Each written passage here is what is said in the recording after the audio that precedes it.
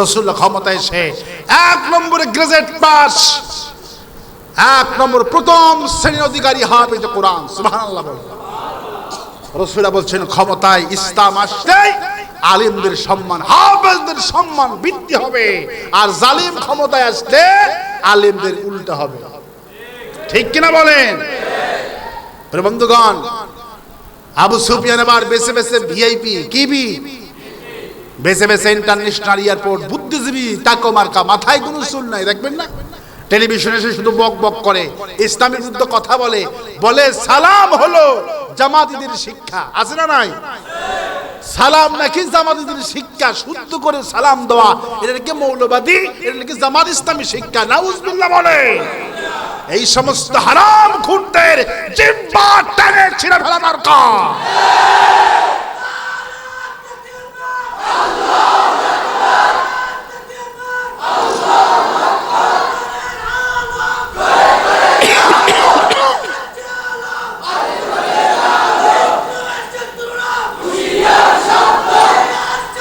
ইনশাআল্লাহ সময় আসতেছে, সময় আসতেছে, মুসলমান এক প্ল্যাটফর্মে যাচ্ছে।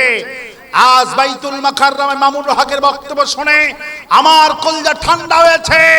মামুনুল হক সহি কথা বলতেছেন, বাংলাদেশে মূর্তি পূজা হতে দেওয়া যাবে না। ঠিক কিনা বলেন? চরমোনাই পীরের সঙ্গে আমরা একত্ববাদ ঘোষণা করি। চরমোনাইয়ের পীরের কথা নয়, মামুনুল হকের কথা নয়, কোন হিমায়তের কথা নয়, কথাকার কথাকার। আজ আমরা খাই নয়, আজ ময়দানে হাজার হাজার কোরআনের সৈনিক। ঠিক কিনা বলে? আগে আমরা ছিলাম, 10 বছর আগে কে ছিল? একটা মাত্র দল ছিল 10 বছর 20 বছর আগে। এখন বাংলার জমিনে হাজার হাজার ইসলামী সংগঠন। কলজাটা ভরছে না? আলহামদুলিল্লাহ বলে। সময় আসতেছে ইনশাআল্লাহ, বলি ইনশাআল্লাহ, বাংলাদেশের ভবিষ্যৎ ইসলামী ভবিষ্যৎ। সুবহানাল্লাহ বলে। আগামীর পৃথিবী মুসলমানের পৃথিবী, আগামীর বাংলাদেশ হবে কোরআনের বাংলাদেশ, কেউ ঠেকাইতে পারবে না।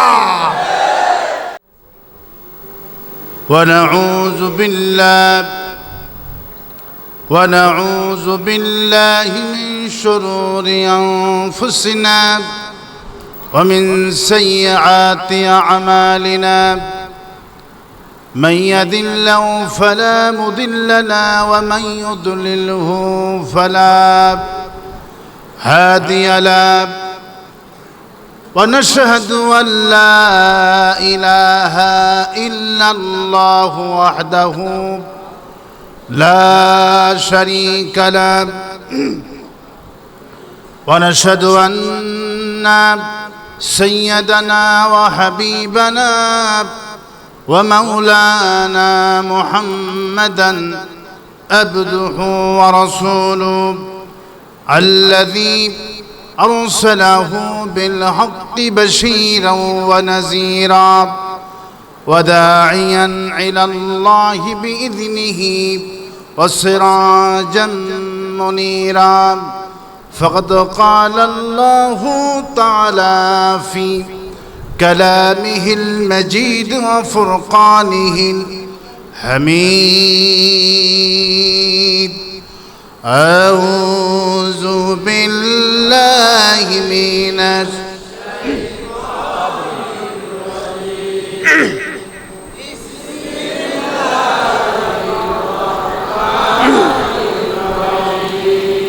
إن الله وملائكته يصلون على النبي يا أيها الذين آمنوا صلوا عليه وسلموا تسليما، اللهم صل على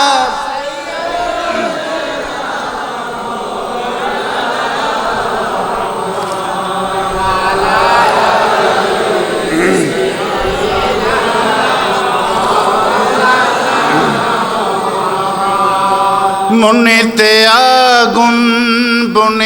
ফাগুন মনেতে আগুন বনেতে ফাগুন দরুদ পড়ে যার মিটাই জ্বালা নাম মুহাম্মদ সাল্লি আলা নাম মুহাম্মদ সাল্লি আলা আল্লাহুম্মা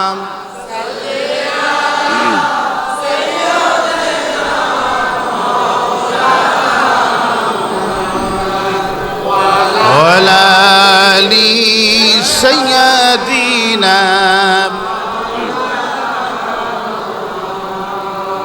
بلغ العلا بكماله كشف الدجى بجماله حسنت جميعا صلوا هنا يفلت बुलबुल का तरन्नुम भी न हो चमन दहर में कलियों का तबस्सुम भी न हो बलगल उला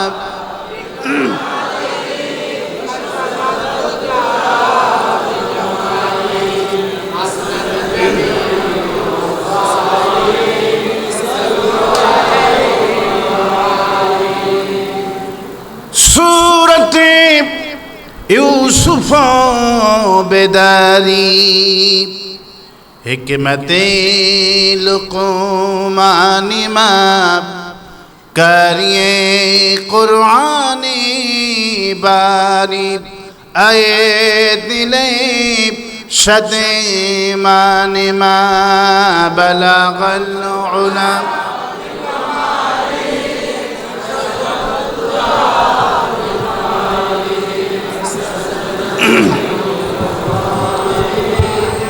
सल्लु अलैहि अल्लाहुम्मा आमीन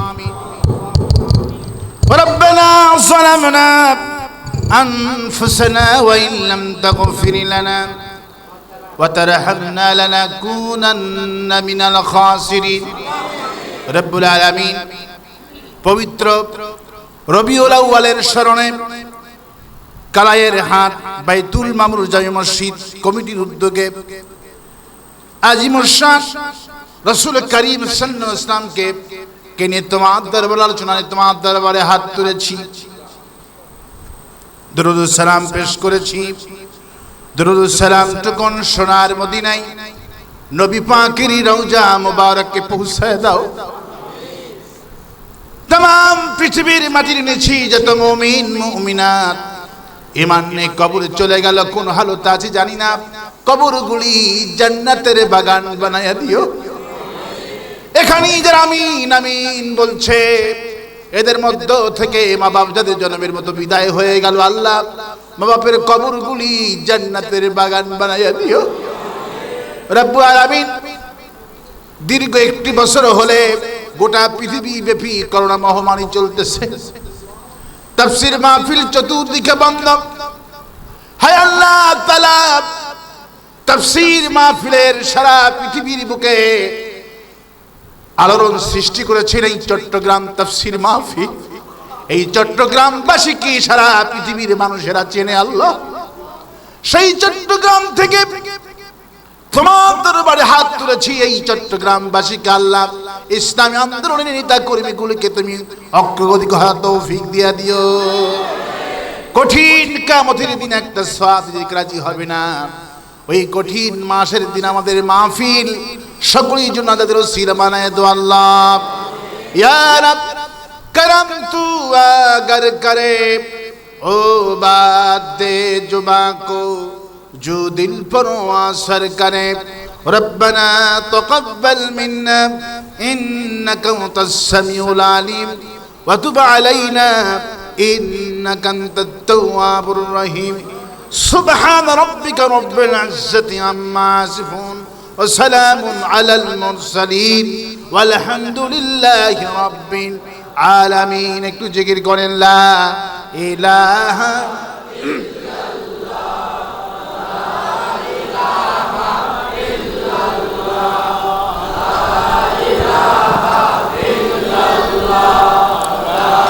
মাইক অপারেটর নাই?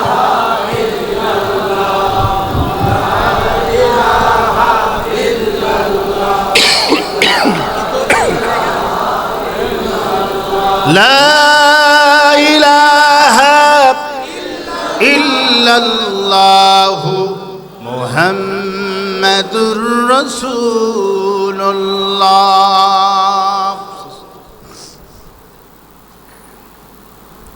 সিরাতুন নবী ইসলাম এবং মিলাদুন নবী ভেজাল হয়ে গেছে, এটা নিয়ে মতপার্থক্য রয়েছে। আজিমুস শান মিলাদুন নবী, কিন্তু বিশ্বনবীর সিরাতটাই আমরা গ্রহণ করব বেশি।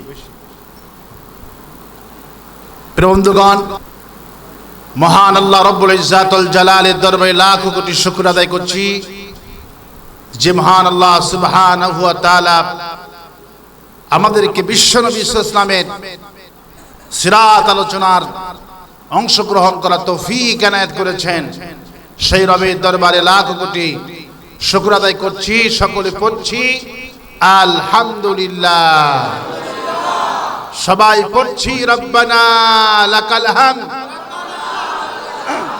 হামদান কাসীরান তাইয়্যিবান মুবারাকান ফীহি ইয়া রাব্বি লাকাল হামদু কামা ইয়ানবাগি লিজালালি ওয়াজহিকা ওয়া আযীম সুলতানিকা। আল্লাহুম্মা আতি নফসি তাকওয়াহা আনতা ওলিউহা ওয়া মাওলাহা ওয়া খায়রা মান যাক্কাহা। লাখ কোটি দরুদ সালাম মানবতার মহান শিক্ষক সাইয়্যিদুল মুরসালিন রাহমাতুল লিল আলামিন, তদানীন্তন আরবের প্রধান মন্ত্রী ও প্রেসিডেন্ট, সর্বকালের সর্বযুগের সর্বশ্রেষ্ঠ মহামানব জনাবে মুহাম্মদ রাসূলুল্লাহ সাল্লাল্লাহু আলাইহি সাল্লাম। প্রিয় বন্ধুগণ, কোরআন শুনতে আসতে পেরে, নবীর জীবনে শুনতে আসতে পেরে খুশি না বেজা? কারা কারা খুশি নয় হাত তুলে দেখান। আপনারা কি করেছেন? উল্টা হয়ে গেছে। অসুবিধা, আল্লাহ ওইটা নেবেন। আল্লাহ নেবেন কোনটা? আল্লাহ পাক নেবেন অন্তরেরটা। যদি বাহিরের জিনিস দেখেই জান্নাতি হতো, তাহলে আমি বলি রবীন্দ্রনাথ ঠাকুর সবার আগে জান্নাতে যেত। কারণ রবি ঠাকুরের দাড়ি আছে না নাই? আল্লাহ কি এই দাড়িগুলি দেখবে? আল্লাহ রাব্বুল আলামিন মানুষের মর্যাদা দাড়ি দিয়ে হবে না, টুপি দিয়ে হবে না। মানুষের মর্যাদা কেমনি হবে? আল্লাহ পাক জানাই দিয়েছেন, ইন্না আকরামাকুম ইনদাল্লাহি আতকাকুম। তোমাদের মধ্যে যে আমাকে কলিজার মধ্যে ভয় করে, তার মর্যাদা প্রেসিডেন্টের চাইতে 1000 কোটি গুণ বেশি হয়ে যায়। মানুষের মর্যাদা হয় তাকওয়া দিয়ে। কি দিয়ে হয়?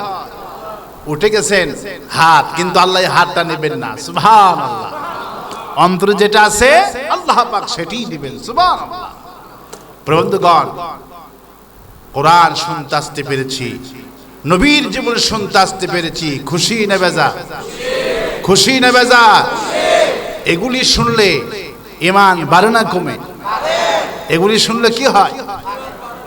আল্লাহ পাক বলছেন, ইন্নামাল মুমিনুনা আল্লাযীনা ইযা যুকিরাল্লাহু ওয়াজিলাত কুলুবুহুম وَإِذَا تُلِيَتْ عَلَيْهِمْ آيَاتُهُ زَادَتْهُمْ إِيمَانًا وَعَلَى رَبِّهِمْ يَتَوَكَّلُونَ।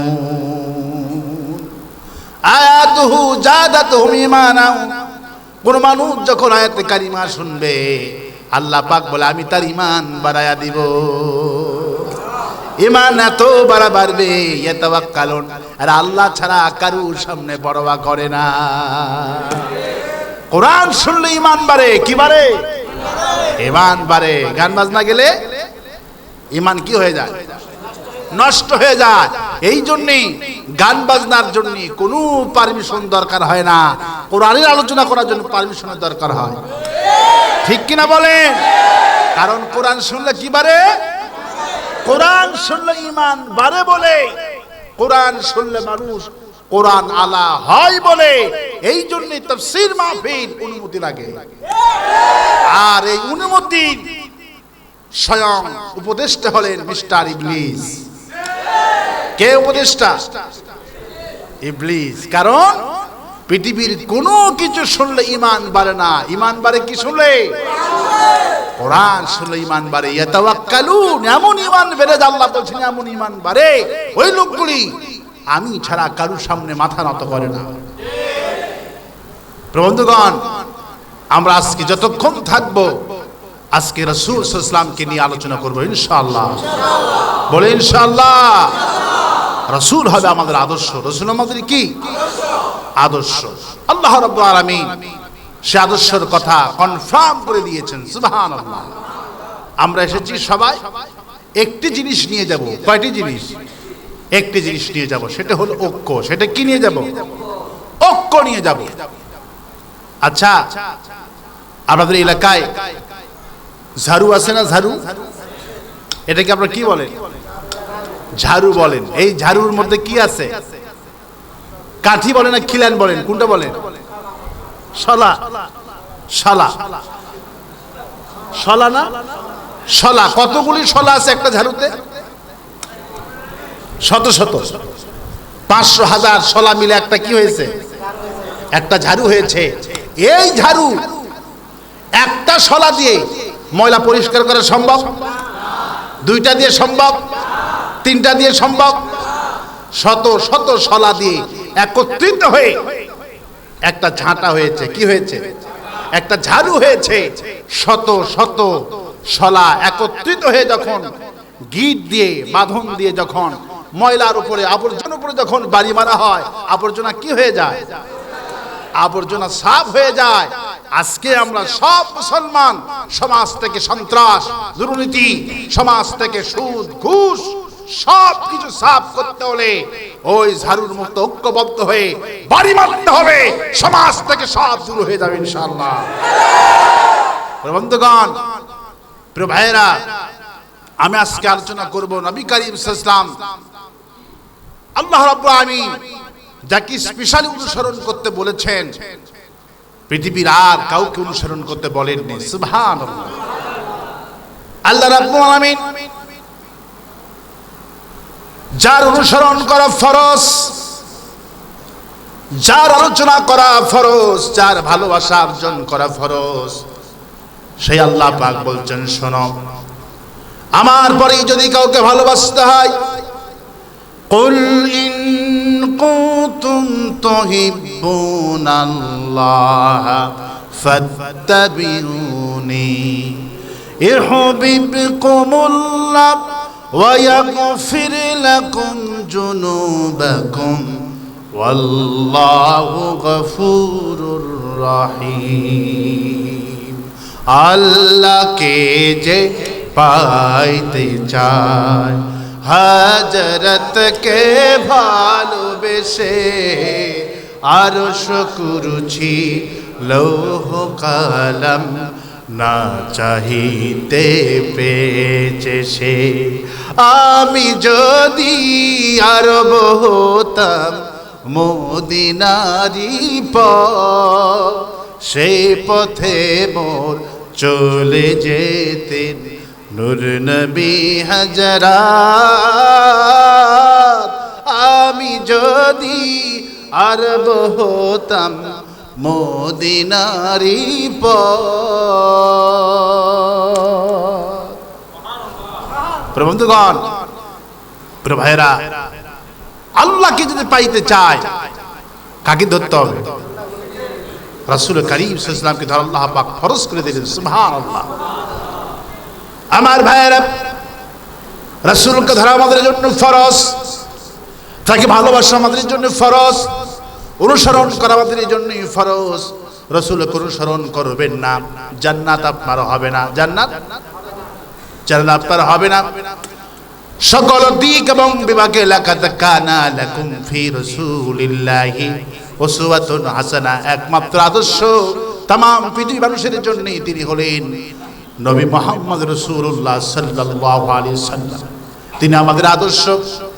আমার ভাইয়েরা, যার অনুসরণ করে আল্লাহ পাক ফরজ করে দিয়েছেন, অনুসরণ করতে হবে, ভালোবাসলে হবে না। রাসূলকে তো ভালোবাসি। ইয়া নবী সালামু আলাইকা সালাওয়াতুল্লাহ আলাইকা, আছে না নাই? এক আলেম সাহেব বলছেন যে আমি এক মসজিদে গেলাম মিলাদ মাহফিলে, যেদিকে ইমাম সাহেব কি সুন্দর করে মিলাদ পড়াতেছে, খুব সুর দিয়া। মৌলভী সাহেবের কাছে আছে জিলাপির পোটলা, ইমাম সাহেব বস্তা নিয়ে বসে আছে, মুয়াজ্জিন সাহেবের সামনে একটা ব্যাগ, ইমাম সাহেবের কাছে বস্তা জিলাপি। কিসের? জিলাপি। তো চুপি চুপি করে ইমাম সাহেব জিলাপিগুলি খানিক সরে পকেটে রাখতেছে। মুয়াজ্জিন সাহেব বলতেছে, মৌলভী সাহেব ভালো হচ্ছে না ইয়া নবী। তো ইমাম সাহেব ছিল সেই সুরলা কণ্ঠ, তিনি বলতেছেন, মুয়াজ্জিন সাহেব চুপি চুপি থাকিবেন, ইয়ার ভাগ আপনি পাইবেন। আপনি বলেন তো, এইরকম মিলাদ যদি কিয়ামত পর্যন্ত পড়ি, সমাজ পরিবর্তন হবে? আমার ভাইয়েরা, রাসূলকেও ভালোবাসলে জান্নাত পাওয়া যাবে না। রাসূলকে ভালোবাসলে জান্নাত পাওয়া, রাসূলকে ভালোবাসলে জান্নাত পাওয়া যাবে না। রাসূলকে অনুসরণ করতে হবে। রাসূলকে ভালোবাসলে হবে না, শুধু মুখে বলবো ইয়া নবী সালামু আলাইকা, ইয়া হাবিব সালামু আলাইকা। কত আপনারে ভালোবাসি। মিলাদ পরে আমাদের বাজারে এই চিটাগাঙ্গের যত বড় বড় দোকানের মিষ্টি ছিল, সব মিষ্টি আমরা খেয়ে ফেলাইছি। এই রকমের মিষ্টি দিয়া, এই রকমের জিলাপি দিয়ে উদ্বোধন করে কখনো রাসূলের ভালোবাসা প্রকাশ করা যাবে না। রাসূলকে ভালোবাসতেই হবে না, ভালোবাসতে জান্নাত পাওয়া যাবে না। রাসূলকে অনুসরণ করতে হবে। কি করতে হবে? বিশ্বনবীর আপন চাচা আবু তালিব, কি নাম? আবু তালিব বিশ্বনবীকে ভালোবেসেছিলেন কম না বেশি? কি ভালোবেসেছিলেন? রাসূল করিম সাল্লাল্লাহু আলাইহি ওয়াসাল্লামকে এত ভালোবাসেন আবু তালিব, নিজের ছেলে আলী, নিজের ছেলে আবু জাফর, নিজের ছেলে আলীকে বুকে রাখেন নাই, নিজের ছেলে জাফর বিন আবু তালিবকেও বুকে রাখেন নাই।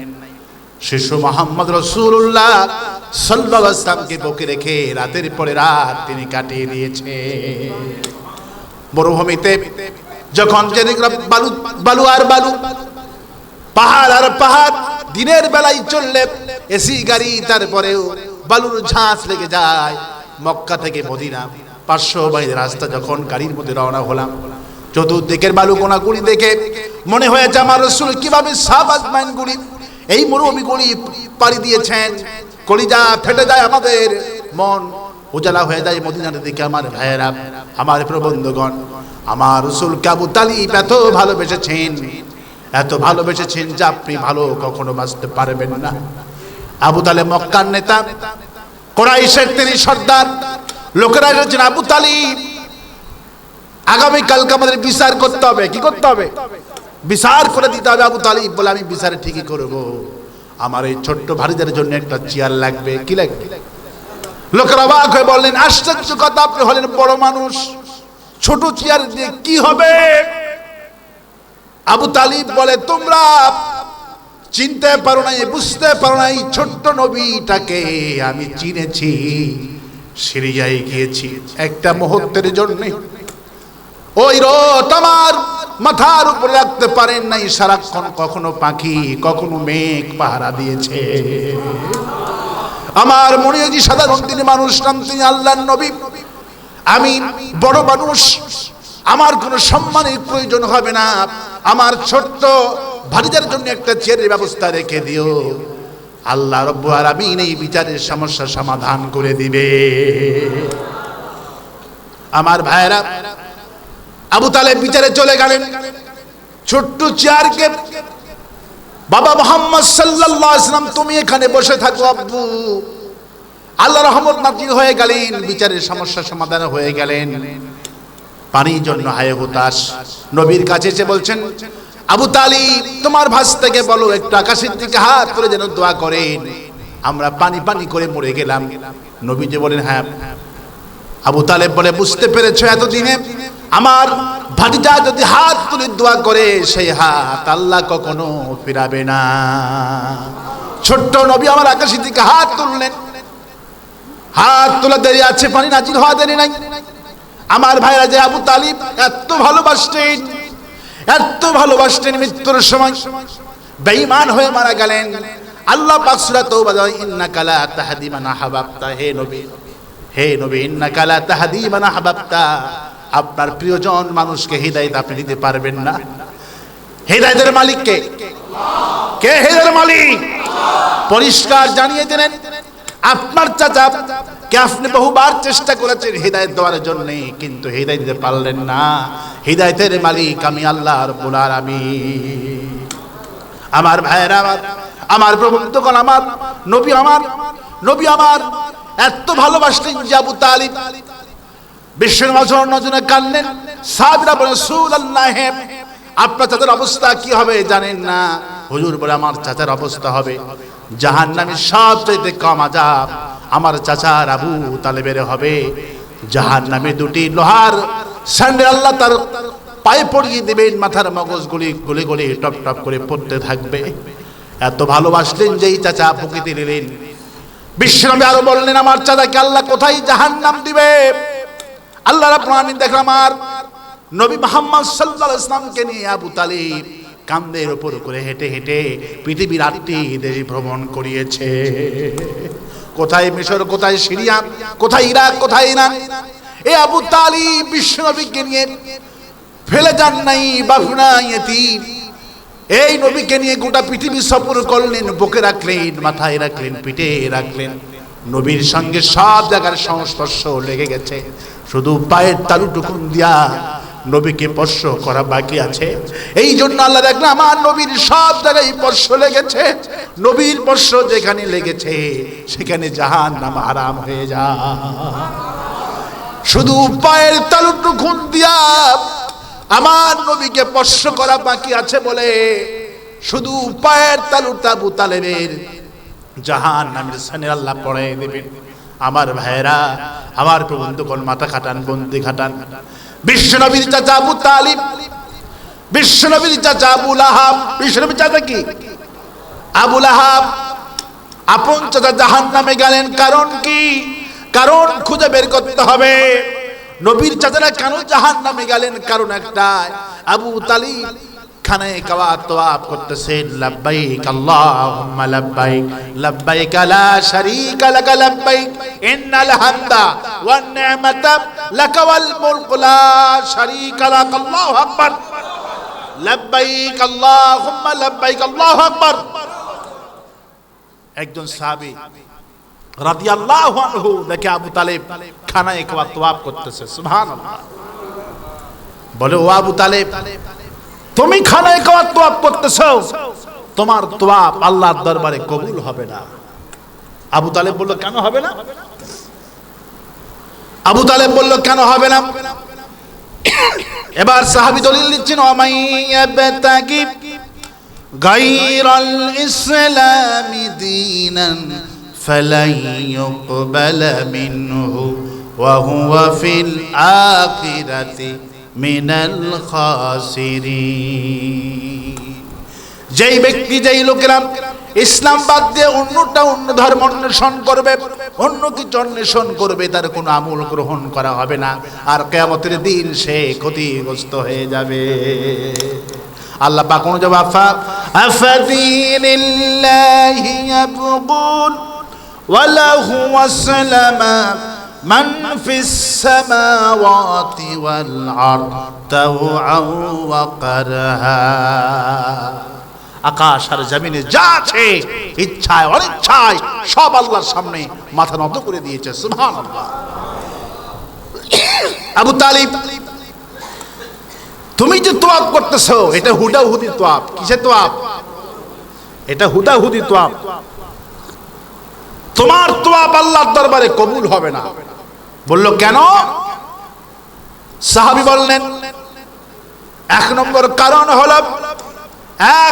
কারণ হলো তুমি কোরআনকে মানো না। কি মানো না? وقال الرسول يا رب إنا قوم اتخذوا هذا القرآن محجورا سبحان الله। কিয়ামতের দিন নবীরা মামলা দায়ের করবে, হে আল্লাহ তাআলা وقال الرسول يا ربي, রাসূলগুলি আল্লাহর দরবারে মামলা দায়ের করবে, হে আল্লাহ রাব্বুল আলামিন এই লোকগুলি এই নেতাগুলি তোমার কোরআনের মাহফিল হতে দেয় নাই, সেই যুগেও হতে দেয় নাই, এই যুগে হতেও দেয় নাই। আল্লাহ এরা কোরআনকে পার্লামেন্টে বসায়ন করে বন্ধ করার চেষ্টা করেছে। আজকে আমি নবী মামলা দায়ের করলাম। আমার ভাইরা সেই দিন নবী মামলা দায়ের করবেন। এক নম্বর কারণ তুমি কোরআনকে মানো না।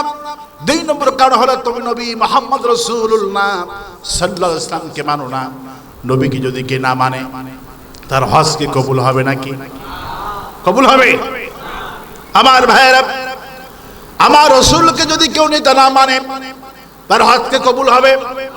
তুমি কোরআনও মানো না, তুমি চাও এই সমাজে কোরআনটা দিয়ে দেশ চলুক, তুমি তা চাও না। আমার নবী ক্ষমতায় যাক, তুমিও তা চাও না। সুতরাং এই দুই কারণেই তোমার হজ কবুল হবে না। আমার ভাইয়েরা, আমার বন্ধুগণ, আমার যদি আমার নবীর যদি সামান্য পরিমাণ যদি নবীর কে অমান্য করা তো দূরের কথা, নবীর বিচারও যদি অমান্য করে তাকে হত্যা করা আল্লাহ পাক ফরজ করে দিয়েছে। একজন মুনাফিক মুসলমান আর একজন ইহুদি, দুইজনের রাসূলের কাছে গিয়ে রাসূলুল্লাহ আমি হলাম ইহুদি, এই হলো মুসলমান, বিচার করে দেন। রাসূলুল্লাহ শুনে মিলাই দিলেন ইহুদির পক্ষে।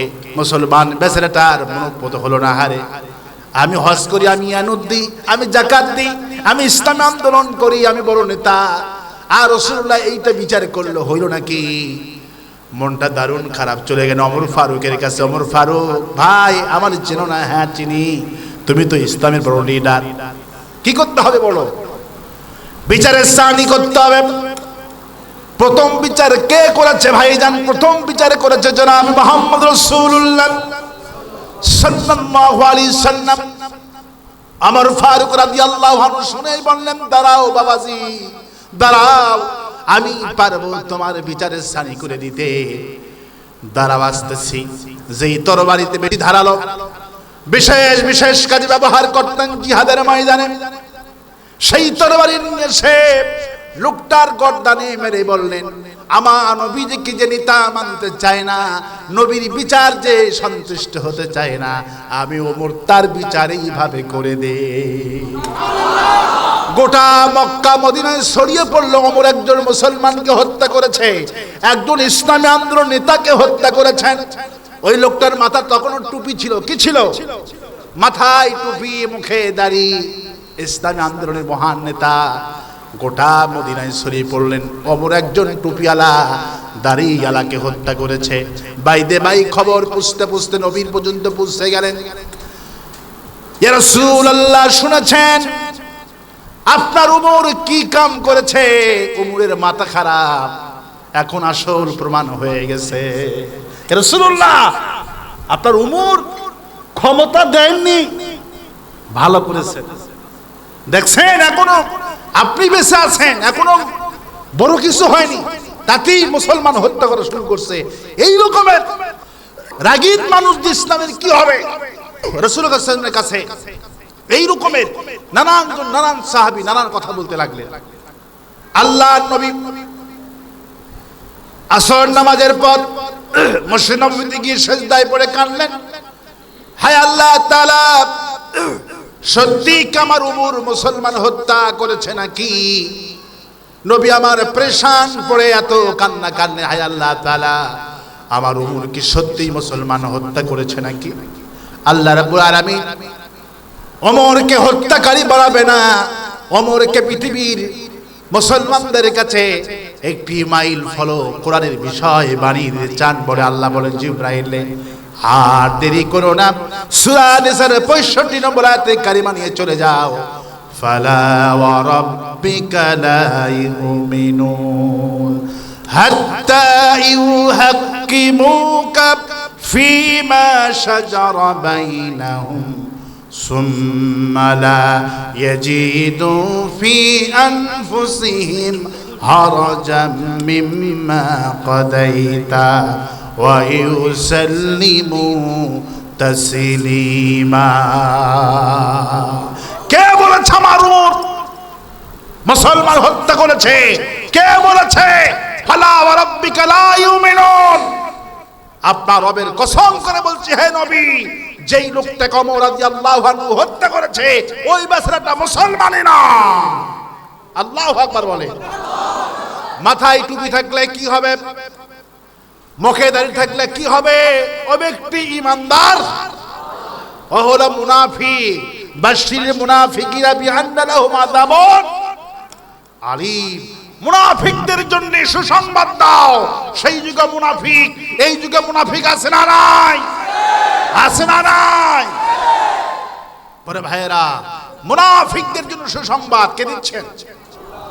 আমার ভাইয়েরা, রাসূলকে নিতে মানা রাসূল করিম সাল্লাল্লাহু আলাইহি ওয়াসাল্লামকে আল্লাহ এত সম্মান দিয়েছেন, এত মর্যাদা দিয়েছেন, যার সম্মান মর্যাদা যদি কিয়ামত পর্যন্ত বলা হয় সম্মান মর্যাদা বলে শেষ করা যাবে না। আমার আল্লাহ আল্লাহ রাব্বুল আলামিন আর আমার নবী হলেন ওয়া মা আরসালনাকা ইল্লা রাহমাতাল লিল আলামিন।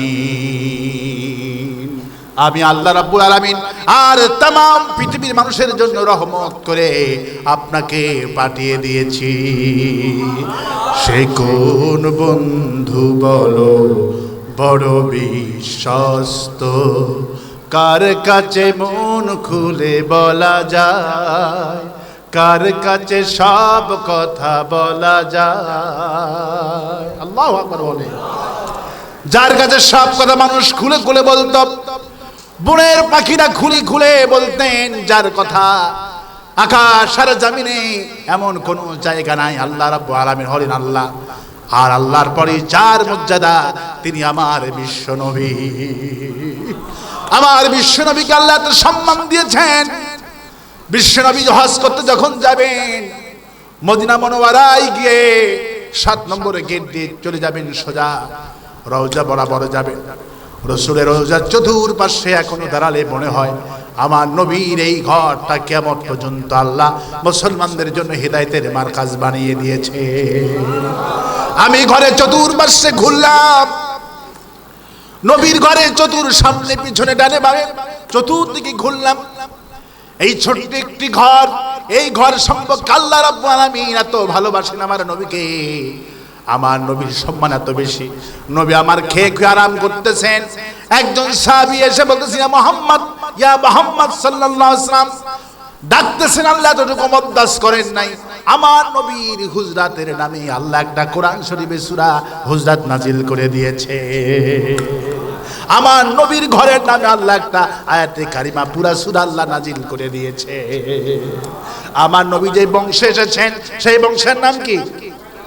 কুরাইশ। সেই বংশের নামে কুরাইশ নামে একটা সূরা আছে না নাই? আছে না নাই? আমার নবী যেখানে কোরআন আছে, আমার নবী হলেন জীবন্ত কোরআন। আল্লাহু আকবার। আমার ভাইয়েরা, আমার প্রবন্ধগণ, আমার রাসূল করিম সাল্লাল্লাহু আলাইহি ওয়াসাল্লাম আবু বকরের মতো জান্নাতি সাহাবী, ওমরের মতো জান্নাতি সাহাবী মসজিদ নববীতে কথা বলছেন। হঠাৎ করে ওমরের কণ্ঠ আবু বকরের গলার আওয়াজ আমার নবীর গলার চাইতে বড় হয়ে গেল। আল্লাহ এতটুকু কোনো বরদাস্ত করলেন না। ইয়া আইয়ুহাল্লাযীনা আমানু লা তারফাউ আসওয়াতাকুম ফাওকা সাওতিন নবী।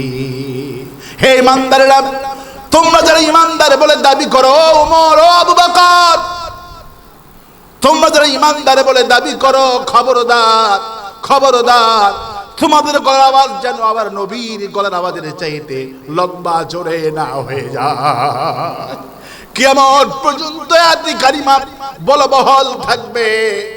নবীর জীবন্ত অবস্থায় যেমন জোরে কথা বলা যাবে না, আমার রাসূল শুয়ে আছেন সোনার মদিনায়, কোন মানুষ যেন জোরে কথা বলো না। আমার রাসূলুল্লাহর সামনে কোন মানুষ জোরে কথা বলে না, ফিস ফিস করে গুনগুন করে আসসালামু আলাইকা রাসূলুল্লাহ, আসসালামু আলাইকা ইয়া হাবিবাল্লাহ। ওই 3 নম্বর সিদ্ধি গিয়ে যেখানে আমার রাসূলুল্লাহ ঘুমিয়ে আছেন সেই জায়গাতে গিয়া মানুষ গুনগুন করে শব্দ করে সালাম দেয়। কারণ লা তারফাউ আসাদাকুম ফাওকা সাওতিন নবী, খবরদার গলার আওয়াজ যেন বড় হয়ে না হয়ে যায়। যদি গলার আওয়াজটা বড় হয়ে যায় আনতাহবাতা আমালুকুম, যেমন যত ভালো আমল করেছো আমি এগুলি সব বরবাদ করে দিয়ে দিব। আল্লাহু আকবার বলে। আমার ভাইয়েরা, আমার বন্ধুগণ, সেই নবী হলেন আদর্শ। সেই নবী কি? সেই নবী আদর্শ। নবীকে ভালোবাসলে জান্নাত পাওয়া যাবে না, রাসূলকে ভালোবাসলে জান্নাত পাওয়া যাবে না। রাসূলকে ভালোবাসলেন আবু তালেব কোথায় গেলেন? কোথায় গেলেন? জাহান্নামে গেলেন। মূল কারণ কি? রাসূলকে নিতে মানেন, রাসূলের চাচা চান নাই রাসূলুল্লাহ ক্ষমতায় যায়, রাসূলের চাচা চান নাই এই কোরআনটা দিয়ে দেশটা চলুক, গোটা মক্কা মদিনা চলুক, নবীর চাচারা চান নাই, এই জন্যই জাহান্নামী হয়েছে। এই জন্য কি হয়েছে? নবীর চাচারা কোরআন দিয়ে দেশ চলুক, নবী প্রেসিডেন্ট হোক, এই দুই কারণের জন্য নবীর চাচারা জাহান্নামী হয়েছে। তাহলে নবীর চাচারা যদি কোরআন দিয়ে দেশটা চলুক এইটা না চাওয়ার কারণে জাহান্নামী হয়, নামের আগে যতই পীরে কামেল লেখা থাকুক, দাদা হুজুর লেখা থাকুক, জাহান্নামী জাহান্নামী। কারণ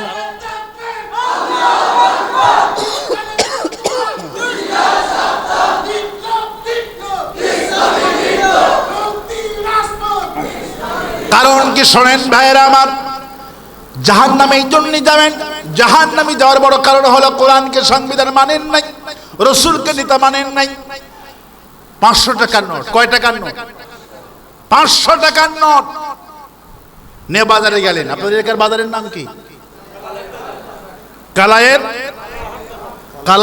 কালাইয়ার হাট মানে কি বাবা? কালাইয়ার হাট মানে কি?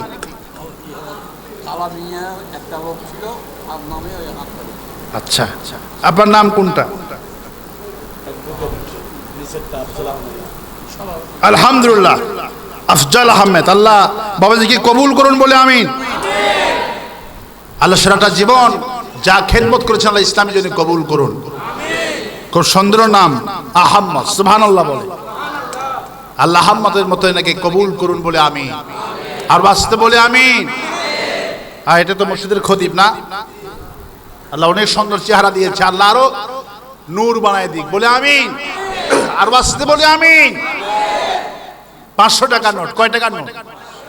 500 টাকার নোট কালাইয়ের হাটে নিয়ে গেলেন সকালবেলায়।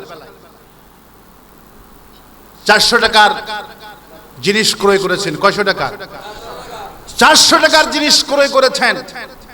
এখন দোকানদারকে 500 টাকার নোট দিলেন, পাবেন ফেরত কয় টাকা? 100 টাকা। দোকানদার এখন টাকা নিয়ে আপনাকে টাকাও ফেরত দেয় না, আপনার জিনিসও দেয় না। বলছেন ভাই আমার খুব জরুরি, তাড়াতাড়ি দেন না। বলল ভাই আপনাকে মালও দিব না, টাকাও ফেরত দিব না, আপনার টাকা আপনি নিয়ে যান, আপনার টাকা। আর যদি বেশি কথা কম বিপদ আছে। কয় কেন? বলল টাকার এক পৃষ্ঠায় ছাপা শেখ মুজিবের ছবি আছে না নাই?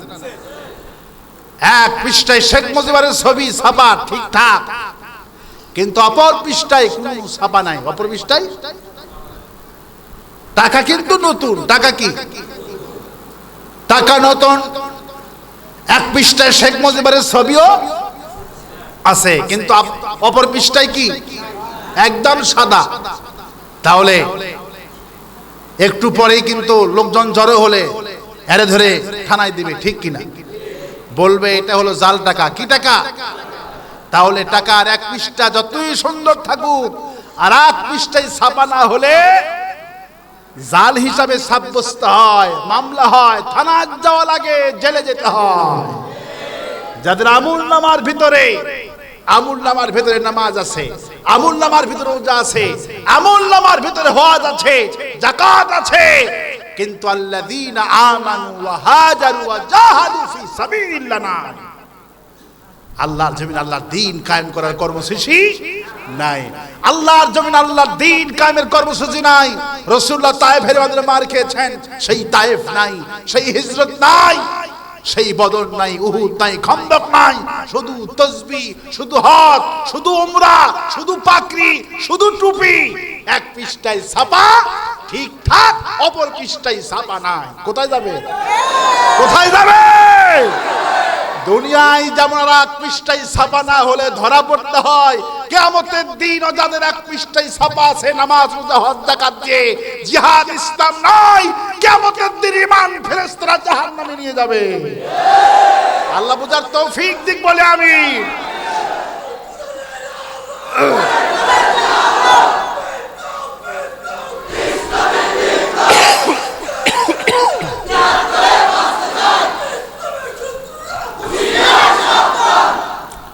আমার ভাইয়েরা, ভয় পাওয়ার কোনো কারণ নাই, হতাশ হওয়ার কোনো কারণ নাই। আমাদের পক্ষে আছেন কে? আমার নবীকে সারাটা জীবন ষড়যন্ত্র করেছিলেন, মৃত্যুর পরে উপরে ষড়যন্ত্র করেননি।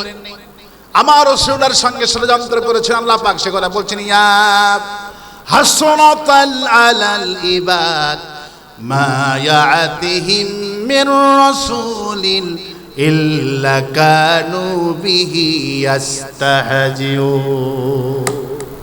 আফসোস, কে আফসোস করছে? আল্লাহ নিজে। সুবহানাল্লাহ বলেন। আফসোস, বান্দাদের জন্য এমন কোন রাসূল যায় নাই যেই রাসূলকে তার কওমের লোকেরা ধিক্কার দেন নাই, যেই কওমের লোকেরা তাকে গালিগালাজ করে নাই। কে বলছেন?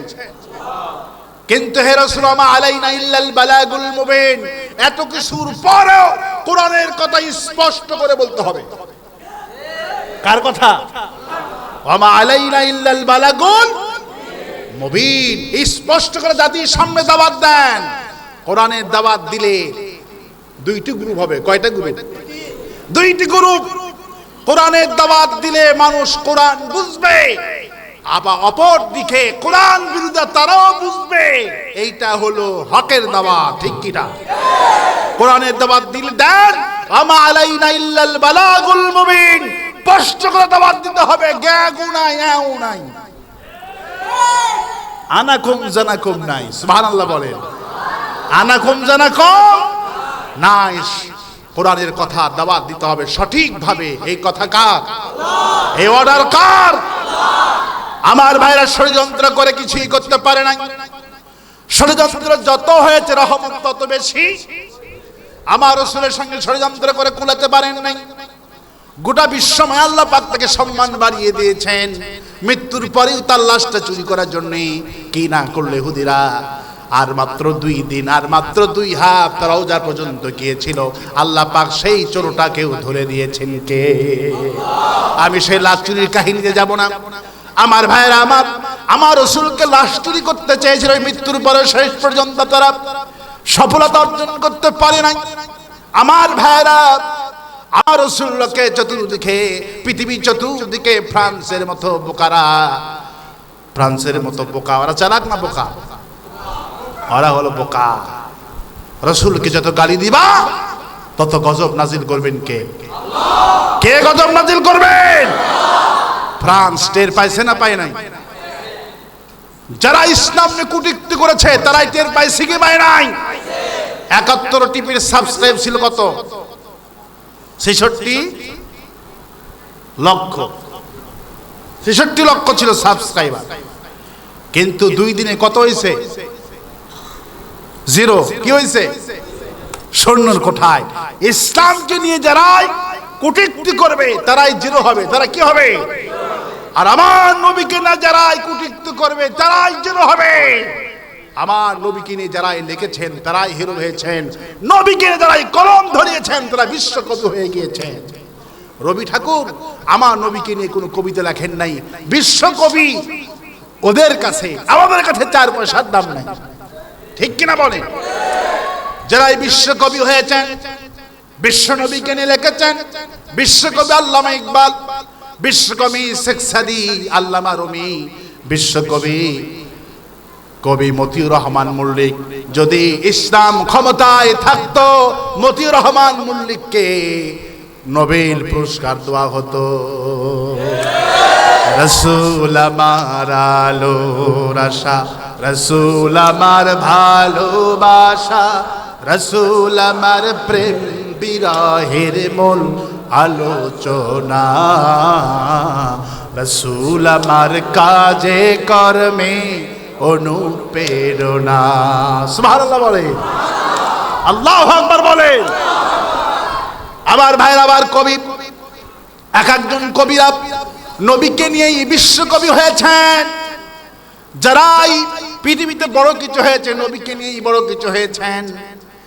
শেখ সাদী রহমাতুল্লাহ আলাইহি মক্কাতে চলে গেলেন, নবীর রওজায় কিনারায় গিয়ে নামাজ পড়ে আল্লাহর কাছে হাত তুলে বলে, হায় আল্লাহ তাআলা, আমার জীবনের কোনো ভালো কবিতা লিখতে পারলাম না, তবে আমি একটি আশা পোষণ করেছি রব্বুল আলামিন, আমি আমার নবীকে নিয়ে একটি নাত লিখবো, যেই নাত যেন গোটা পৃথিবীর মানুষের কাছে প্রসিদ্ধ হয়ে যায়। আসলেন দেশেতে, লেখা শুরু করলেন, বালাগাল উলা বিকামালিহি কাশাফাত দুজা বিজামালিহি। আর কবি লিখতে পারলেন না, এতটুকু লেখেই তিনি শুয়ে পড়লেন রুমের ভিতরে, ক্লান্তি হয়ে গেলেন। রাত 12টা বেজে গেল, কবি আর লাইন মিলাতে পারলেন না। ঘুমের ঘরে মদিনা মুনওয়ারায় থেকে কবি শেখ সাদী রুমে ছুটে আসলেন। বিশ্বনবী নিজে এসে বলছেন, শেখ সাদী, তুমি আমার জন্য নাত বানাইতে বানাইতে ক্লান্তি হয়ে পড়েছো, আমি আর মদিনায় থাকতে পারলাম না। পরের লাইন লাকু হাসুনার জামিউ খিসালিহি সাল্লু আলাইহি ওয়া আলিহি।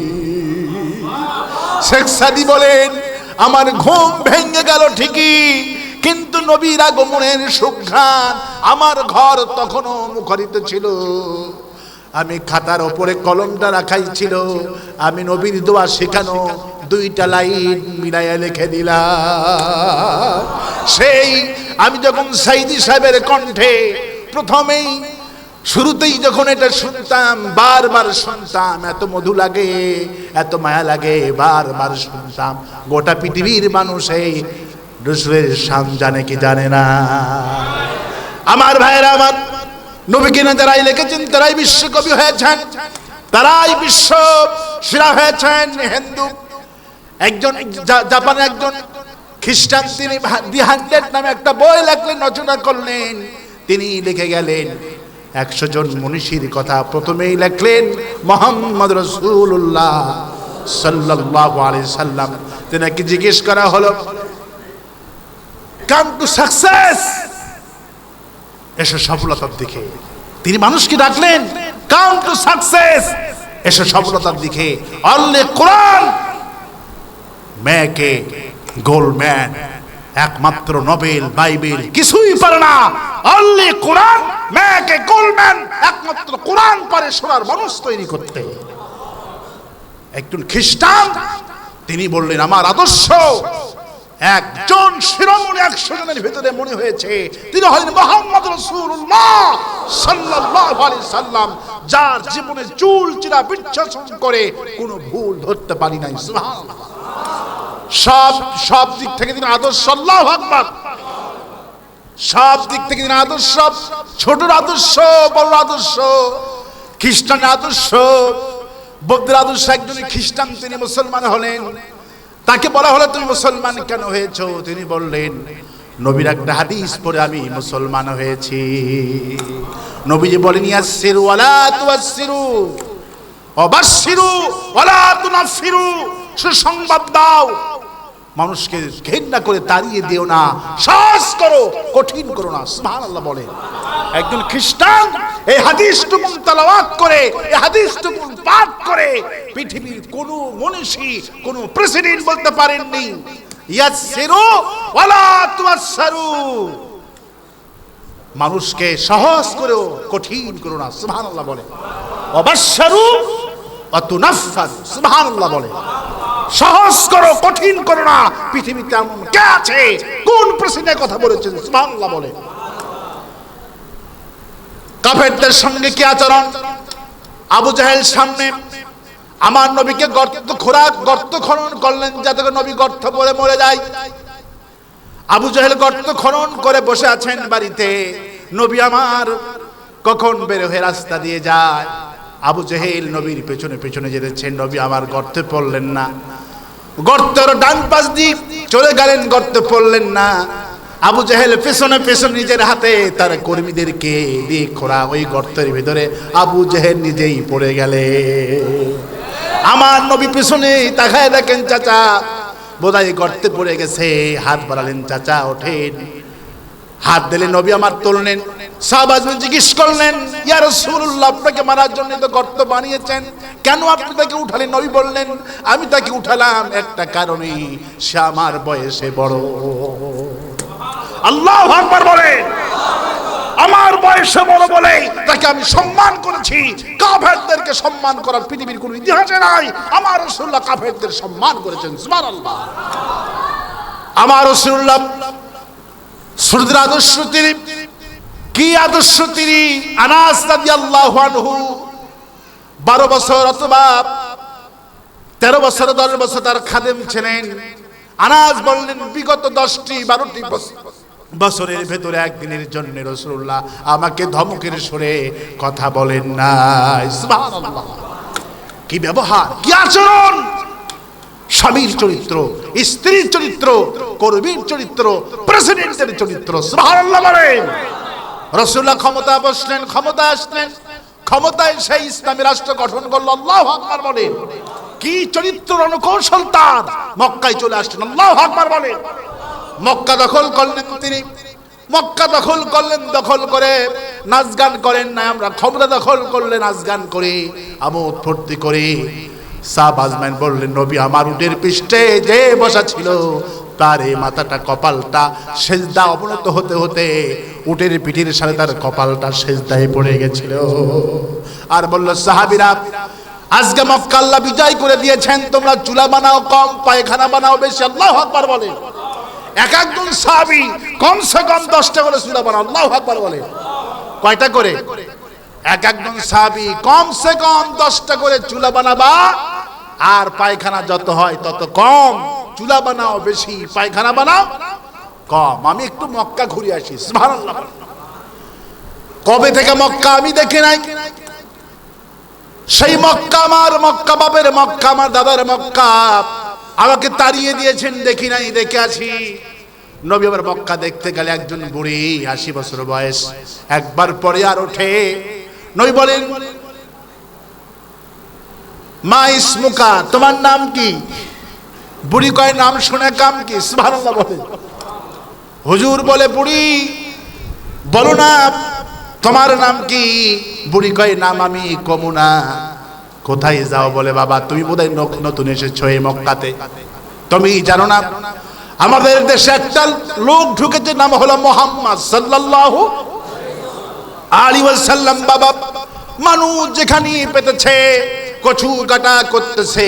বাবারে, আমি এই মক্কাতে থাকবো না, আমার এই পাইলি সে মেরে ফেলে দিবে, আব্দুল্লাহর ছেলে মুহাম্মদ। আমি ওই পাহাড়ে আজকে রাত কাটাবো।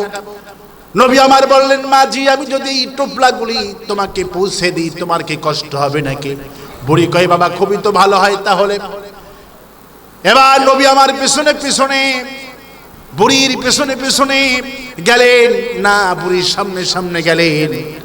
এবার বুড়ির নির্জন জায়গায়, নির্দিষ্ট জায়গায় পৌঁছে দিলেন। বলে, বাবা কে তুমি, কি তোমার নাম? আমাকে জানতে এখন দারুণ ইচ্ছা করছে বাবা। এই মক্কাতে অসংখ্য লোক আমি দেখেছি, অন্ধকার হয়ে গেছে মাগরিবের পর, অন্ধকার। আমি বুড়ি মানুষ, 80 বছর বয়স, চোখে দেখি না। বাবারে, তোমার চেহারার আলো দিয়ে আমি রাস্তা হেঁটে হেঁটে আসলাম, তোমার চেহারা এত আলো, কি তোমার নাম আমার জানতে ইচ্ছা করছে। এত সুন্দর আমার নবী ইউসুফ আলাইহিস সালামকে দেখে জুলাইখার সাথীরা হাতের আঙ্গুল গুলি কেটে ফেলে দিলেন। আর বলেন ইন হাদা মালাকুন কারীম, কে বলেছে এটা মানুষ? এটা তো ফেরেশতা। ইন হাদা ইল্লা মালাকুল কারীম, সুবহানাল্লাহ বলে। ইউসুফ আলাইহিস সালামকে দেখে জুলাইখার সাথীরা বলছেন ইন হাদা ইল্লা মালাকুন কারীম, কে বলেছে এটা মানুষ? এটা তো ফেরেশতা। ইউসুফ আলাইহিস সালামকে দেখে সুবহানাল্লাহ বলে। ইউসুফ আলাইহিস সালামকে দেখে আল্লাহ ইউসুফ আলাইহিস সালামের কথা বললেন, ইন হাদা ইল্লা মালাকুন কারীম। জুলাইখার সাথীরা বললেন কে বলেছে এটা মানুষ? এটা তো ফেরেশতা। আয়েশা রাদিয়াল্লাহু আনহা বললেন, যারা ইউসুফ আলাইহিস সালামকে দেখে ইন হাদা ইল্লা মালাকুন কারীম বলেছিলা, মানুষ না ফেরেশতা বলে হাতের আঙ্গুলগুলো কেটে ফেলে দিয়েছিল, ওই সমস্ত নারীরা যদি আমার নবীকে একটা বারের জন্য দেখতো, হাতের আঙ্গুলগুলি শুধু কাটতো না, নিজের কলিজা কেটে ফেলে দিত, টের পেত না। আমার ভাইরা আমার, এত সুন্দর আমার নবী। বুড়ি বলে বাবা কি তোমার নাম? আমি চোখে দেখি না, অন্ধকার হয়ে গেছে বাবা, তোমার চেহারার আলো দিয়ে দিয়ে আমি পেছনে পেছনে হাঁটলাম, অনেকগুলি টাকা পয়সা আছে নিয়ে পালায় গেলে না, তোমার মতো এত সুন্দর মানুষ জীবনেও দেখি নাই বাবা। নবী বলে মা পরিচয় দিব না, আমাকে দোয়া করবে না, আমি ওই মসজিদে থাকি, যদি প্রয়োজন হয় ওই কাবার সামনে গেলি আমার নাম বললি পাবেন, নামটা পড়ে এসে আবার বলে দিব। বুড়ি বলে বাবা কি তোমার নাম? আমার জানতে ইচ্ছা করছে। বলে মা বললে অনেক কষ্ট পাবেন। বলে বাবা আমি যদি তোমার নামটা না শুনি হয়তো মারা যাব। এবার বুড়ি বলেন বাবা আমাকে জানতে ইচ্ছা করছে, তোমাকে আমি ছাড়বো না। এবার রহমাতুল আলামিন বলে গো বুড়ি মা, তুমি যে তিন নবীর ভয়তে আব্দুল্লাহর পুত্র ভয়তে এত দূর পালিয়ে এসেছো, আমি সে তিন নবী তোমার সামনে দাঁড়িয়ে আছি। বুড়ি আর চোখের পানি রাখতে পারলেন না।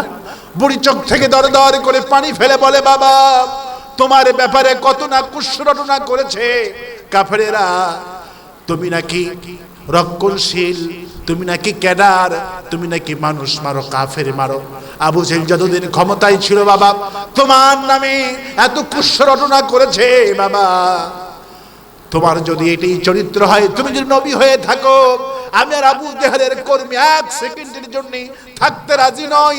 আমি আজ থেকে তোমার কর্মী হতে চাই, আর আমাকে তুমি পড়ায় দাও লা ইলাহা ইল্লাল্লাহু মুহাম্মাদুর রাসূলুল্লাহ। এবার বুড়িমা মুসলমান হয়ে গেলেন। আবু সুফিয়ান ছিল মক্কার নেতা, তিনি ক্ষমতায় যে চায় ক্ষমতা ছাড়তে চায় না, ঠিক কিনা বলে? ক্ষমতা একবার গেলে হয়। মিস্টার ফখরুদ্দিন, ইয়াজউদ্দিন আর হলো মঈনুদ্দিন, কয়উদ্দিন ছিল? ফখরুদ্দিন, মঈনুদ্দিন, ইয়াজউদ্দিন। কয়উদ্দিন ছিল? তিনউদ্দিন। কয়উদ্দিন? তিনউদ্দিন ছিল ক্ষমতায়, আর ছিল 3 মাসের জন্য একটি সুস্থ নির্বাচন করে দিবে। 2.5 বছর থেকে গেছে। কয় বছর? আজকের প্রধানমন্ত্রী সহ বেগম খালেদা জিয়া সহ গোষ্ঠী সহ জেলখানায় ভরাইছিল, ঠিক কিনা বলে? এই হলো ক্ষমতা। লিলানজুরা কাইফা তামালুন, ক্ষমতা দিয়া তাকায় দেখি আমলটা কি করো। কে বলছে? ক্ষমতা দেওয়ার মালিক কে? আল্লাহ পাক ক্ষমতা দেয়। ক্ষমতা দিয়ে দেখেন, তাকায় দেখি কদ্দুর পারো। তারপরে আল্লাহ অ্যাকশন নেন। কি করেন? আল্লাহ অ্যাকশন। প্রিয় ভাইরা, ক্ষমতা আবু সুফিয়ান ছিল ক্ষমতায়। এখন রাসূলুল্লাহ মক্কায় ঢুকেছে। আবু সুফিয়ান 20 জন গোয়েন্দা বাহিনীর টিম গঠন করলেন রাত 9টার সময়।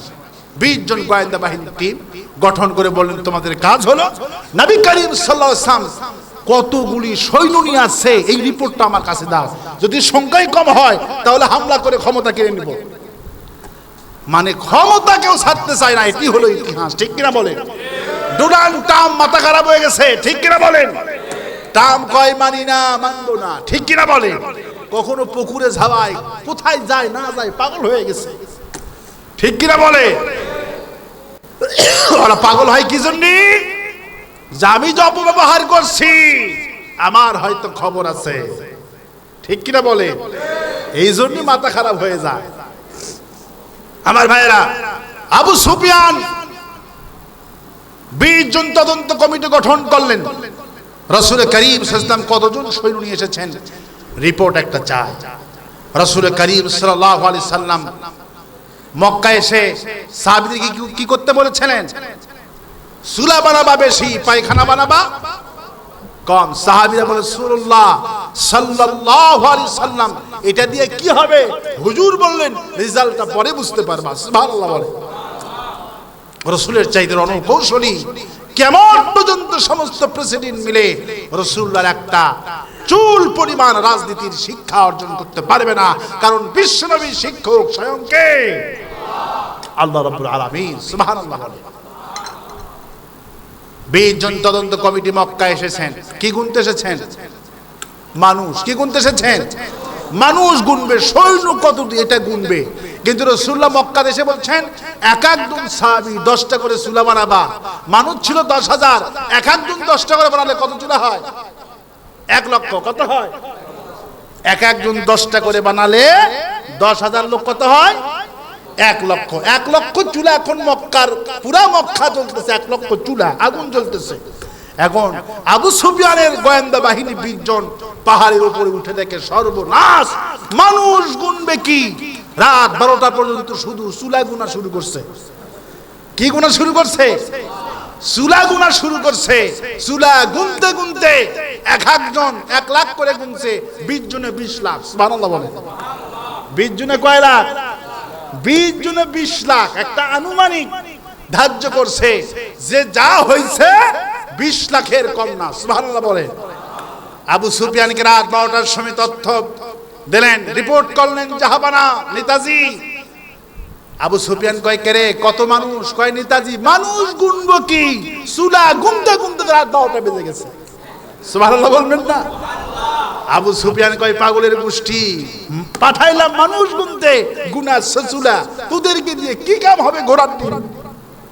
আবার রাত 12টার পরে আরেকটা তদন্ত বিচক্ষণ কমিটি বেছে বেছে পাকা পাকা ভিআইপি। কিবার ভিআইপি সবচেয়ে যারা ইসলাম বিদ্বেষী তারাই হলেন সমাজের ভিআইপি। ঠিক কিনা বলেন? যত হুজুর, যত আলেম, যত মুফাসসির, যত মুহাদ্দিস, যত মুসল্লি, এরা হলেন নিম্ন শ্রেণী, এরা হলেন ইআইপি। ঠিক কিনা বলেন? বিমানবন্দরে যাবেন ভিআইপি, দাঁড়ায় পেশাব করে, এরা হলেন ভিআইপি। আর আলেম ইমামদের কোনো সম্মান নাই। নবী করিম সাল্লাল্লাহু আলাইহি ওয়াসাল্লাম বলছেন আলেম যখন ক্ষমতায় যাবে আলেমদের সম্মান দিবে, জালেম যখন ক্ষমতায় যাবে আলেমদেরকে অপমানিত করে ছাড়বে।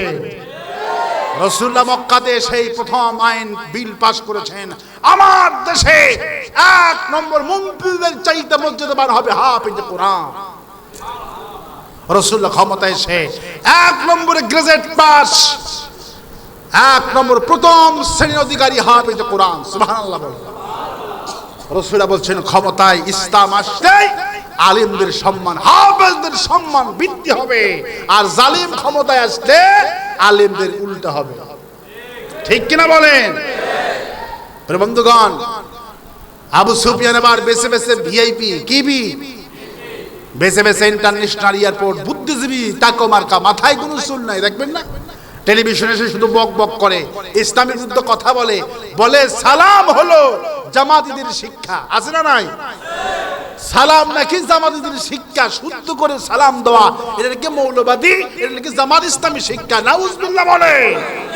এই সমস্ত হারাম খুঁটদের জিহ্বা টেনে ছিঁড়ে ফেলা দরকার।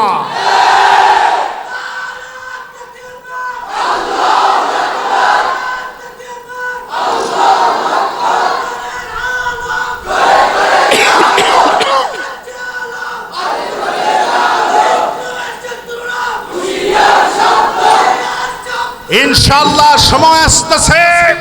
সময় আসতেছে, মুসলমান এক প্ল্যাটফর্মে যাচ্ছে। আজ বাইতুল মুকাররমে মামুনুল হকের বক্তব্য শুনে আমার কলিজা ঠান্ডা হয়েছে। মামুনুল হক সহি কথা বলতেছেন, বাংলাদেশে মূর্তি পূজা হতে দেওয়া যাবে না।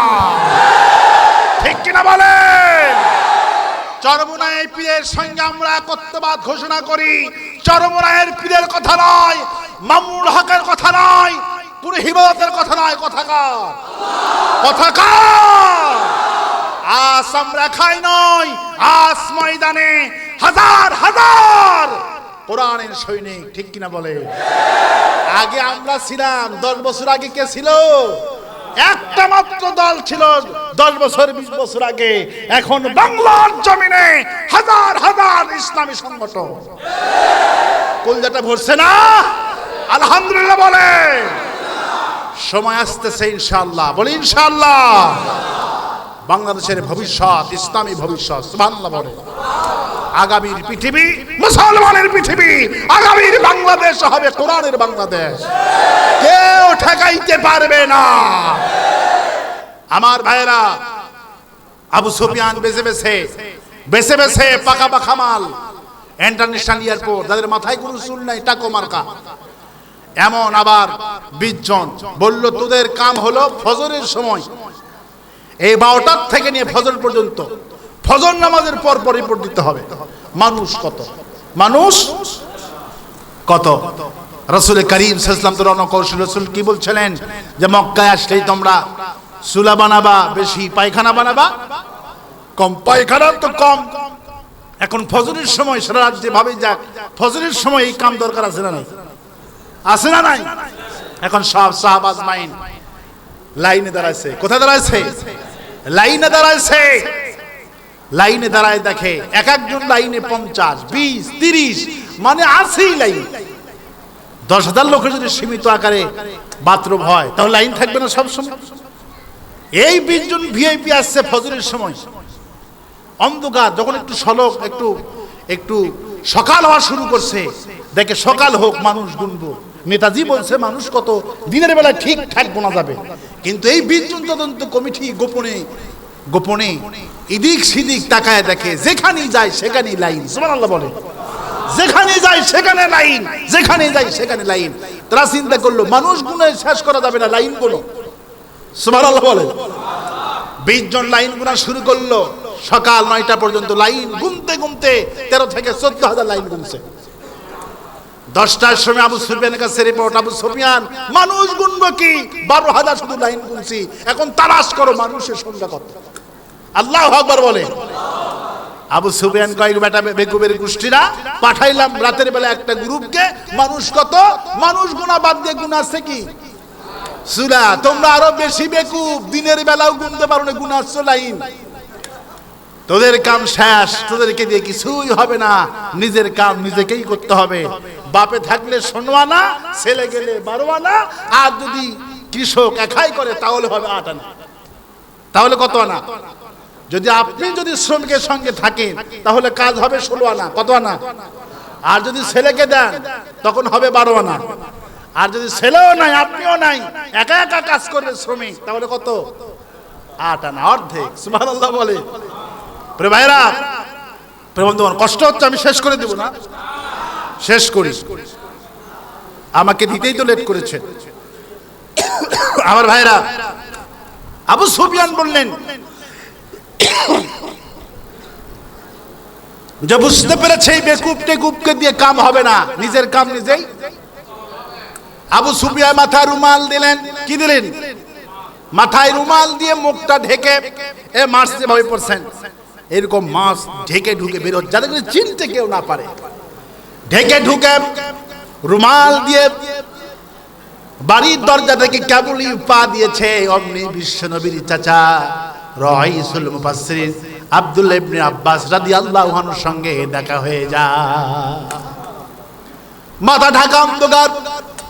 আব্বাস রাদিয়াল্লাহু আনহু আবু সুফিয়ানকে দেখেই বলছে, তুমি কে গো?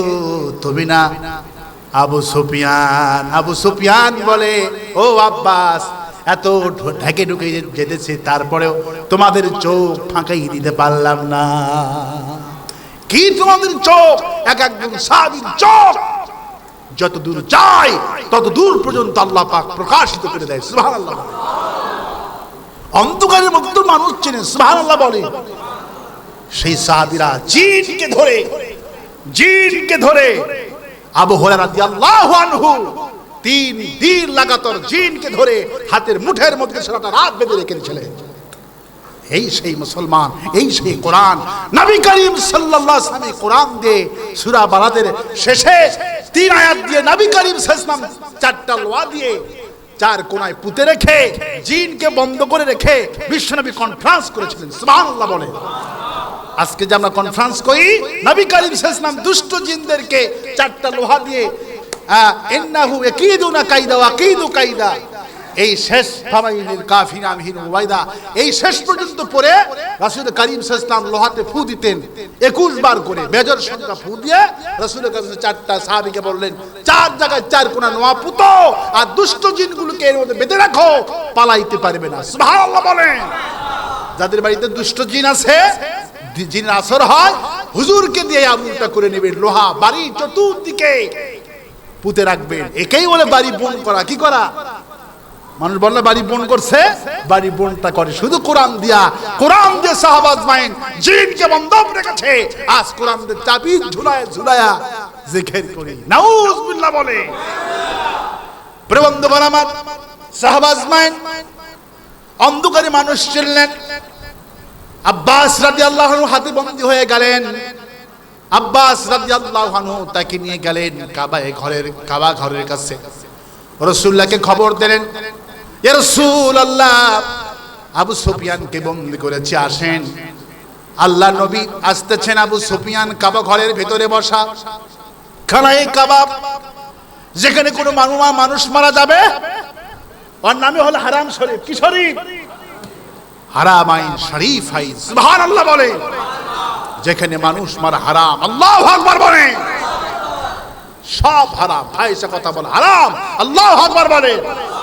ইহরাম অবস্থা অনেক কিছু হারাম, ওগুলো আলোচনার সময় এখানে নাই। আমার ভাইয়েরা, রাসূল করিম সাল্লাল্লাহু আলাইহি ওয়াসাল্লামকে খবর দেওয়া হলো আবু সুফিয়ান বন্দী হয়েছে। নবী আমার আবু সুফিয়ানের কাছে আসলেন রাসূলুল্লাহকে দেখে। চাচা আবু সুফিয়ান দু চোখ বেবে, দাড়ি ভিজে ভিজে পড়তেছে। নবী আমার আসলেন কাছে। রাষ্ট্রপ্রধান, পৃথিবীর কোন রাষ্ট্রপ্রধান আছেন? রাষ্ট্রপ্রধান কারে বলে? কারে বলেন মহানবী? কারে বলে বিশ্বনবী? কারে শিক্ষা অর্জন করবেন কাফেরগুলি? এই আদর্শবান দেখেই তো পৃথিবীর কাফেরগুলি কালেমা পড়ে মুসলমান হতেছে। আবু সুফিয়ান কাঁদতেছেন নবীকে দেখে। আল্লাহর নবী এসে আবু সুফিয়ানের 2 চোখে হাত দিলেন, পানি মুছিয়ে দিয়ে বলেন, বাবা চাচাজি কান্দে কেন? কান্দেন কেন বাবা, কান্দেন কেন? আবু সুফিয়ান কয়, বাবা ভাতিজা আমি কান্দি, আমার কিছু সন্দেহ হতেছে। কি হইতেছে? আমার কিছু সন্দেহ হতেছে। আমি যখন ক্ষমতায় ছিলাম, আমি যতদিন ক্ষমতায় ছিলাম তোমার নামে মিথ্যা মামলা দিয়েছিলাম, তোমাকে আমি দেশান্তরী করেছিলাম, তুমি হিজরত করেছিলা। বাবা মানবতা বিরোধী 2-1টা আমি করি নাই। আমি যতদিন ক্ষমতায় ছিলাম একের পরে এক মানবতা বিরোধী অপরাধ করেছি। আজ আমার মনে হয় তুমি আমার মানবতা বিরোধী অবিচার যদি করো আমি তো মরে যাব। কারণ আমি যতদিন ক্ষমতায় ছিলাম ততদিন মানবতা বিরোধী অপরাধ করেছি। এখন আমার মনে হয় তুমি হয়তো আমার নামে মিথ্যা মামলা দিয়া ফাঁসিতে ঝুলাবা।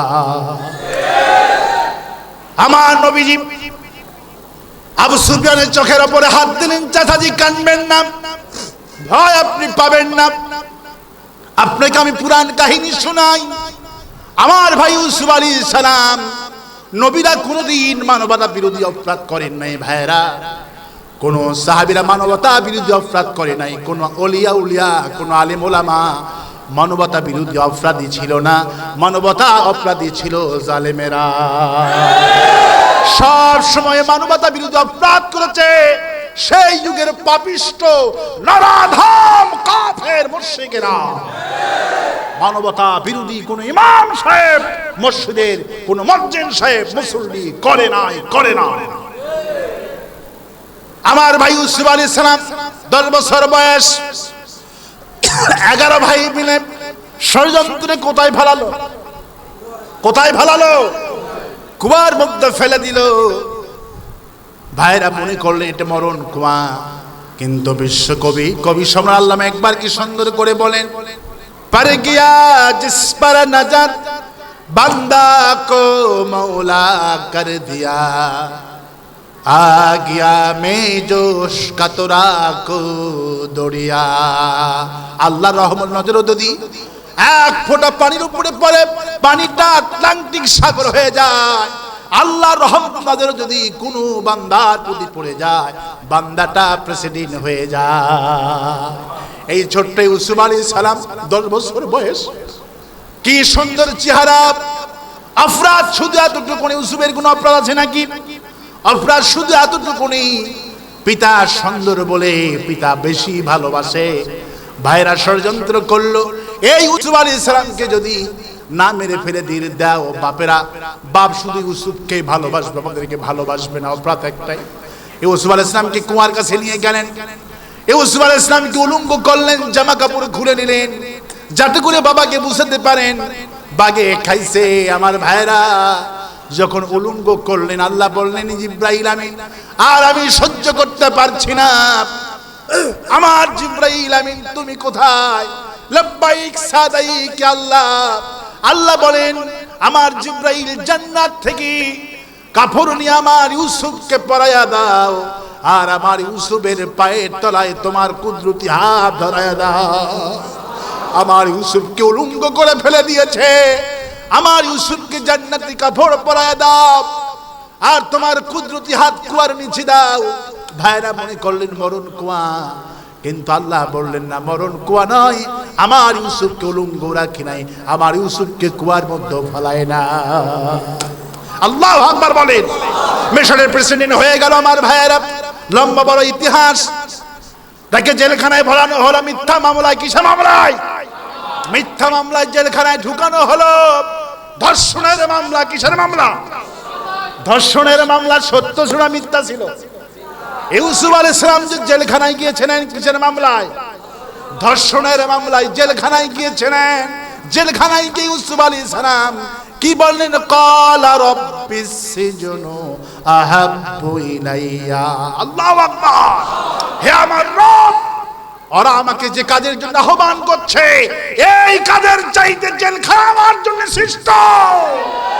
হে আল্লাহ, ওরা আমাকে তোমার বিরুদ্ধে অবস্থান করতে বলে, ওরা আমাকে প্রস্তাব দিয়েছে আমার দল করো, গাড়ি দিব, বাড়ি দিব, আমার দল করো, তোমাকে সব দিব। হে আল্লাহ, ওদের দল করার চাইতে জেলখানায় থাকা আমার ভালো।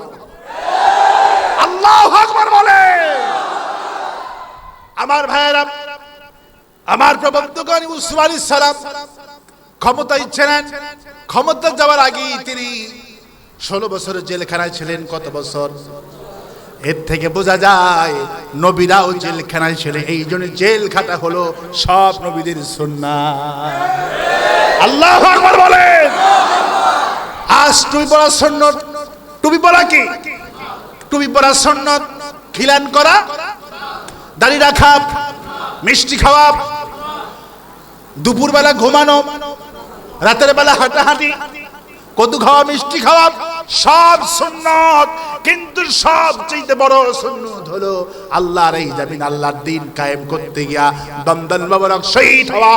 এটা হলো সবচেয়ে বড় সুন্নাত। সবচেয়ে বড় সুন্নাত হলো এই টুপি বাদ দিয়ে লোহার হেলমেট পরিধান করা। আমার নবী উহুদের ময়দানে 50 কেজি ওজনের হেলমেট পরিধান করেছিল। আল্লাহু আকবার বলেন। এই টুপি নয়, লোহার টুপি পরিধান করা সুন্নাত। কাফেরদের বিরুদ্ধে অস্ত্র ধারণ করা কি?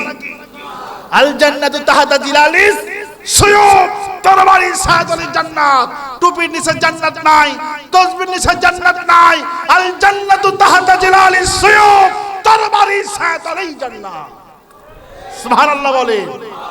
কিন্তু আজ সস্তা সুন্নাত আছে না নাই? কিন্তু কঠিন সুন্নতের কাছে নাই। যদি বলা হয় নবীজির মিছিল করতে হবে, কি করতে হবে? মিছিল করতে হবে। মিছিলগুলি সব হলো ভুয়া। মিছিলগুলি কি? সব ভুয়া। এই দেশের স্লোগান সব ভুয়া। ভুয়া। খালেদা জিয়া ভয় নাই, রাজপথ ছাড়ি নাই। তুমি যখন তোমার উপর হামলা হলে আমরা কিন্তু নাই। ঠিক কিনা বলে? বিএনপি লোকেরা স্লোগান দিচ্ছে না, খালেদা জিয়া ভয় নাই, রাজপথ। তোমার উপর হামলা হলে আমরা কিন্তু না। কোটি কোটি মানুষ খুঁজে পাওয়া যায় না। ঠিক কিনা বলে? এই দুনিয়া হলো ভকাস ভকাস, আসল স্লোগান আল্লাহ, আসল স্লোগান রবের। আল্লাহু আকবার বলেন। আমার ভাইয়েরা, আমার প্রবন্ধগণ, সেই নবী ইউসুফ আলাইহিস সালাম 16 বছর জেলখানা ছিলেন। কত বছর? কিসের মামলায়? ধর্ষণের মামলা। 16 বছর জেল খাটলেন। আজ আমার দেশে আল্লাহর ওলি ধর্ষণের মামলায় জেলখানায় আছে। এখন মিলান নবীদের চরিত্রের সঙ্গে ওলির চরিত্র মেলে কিনা?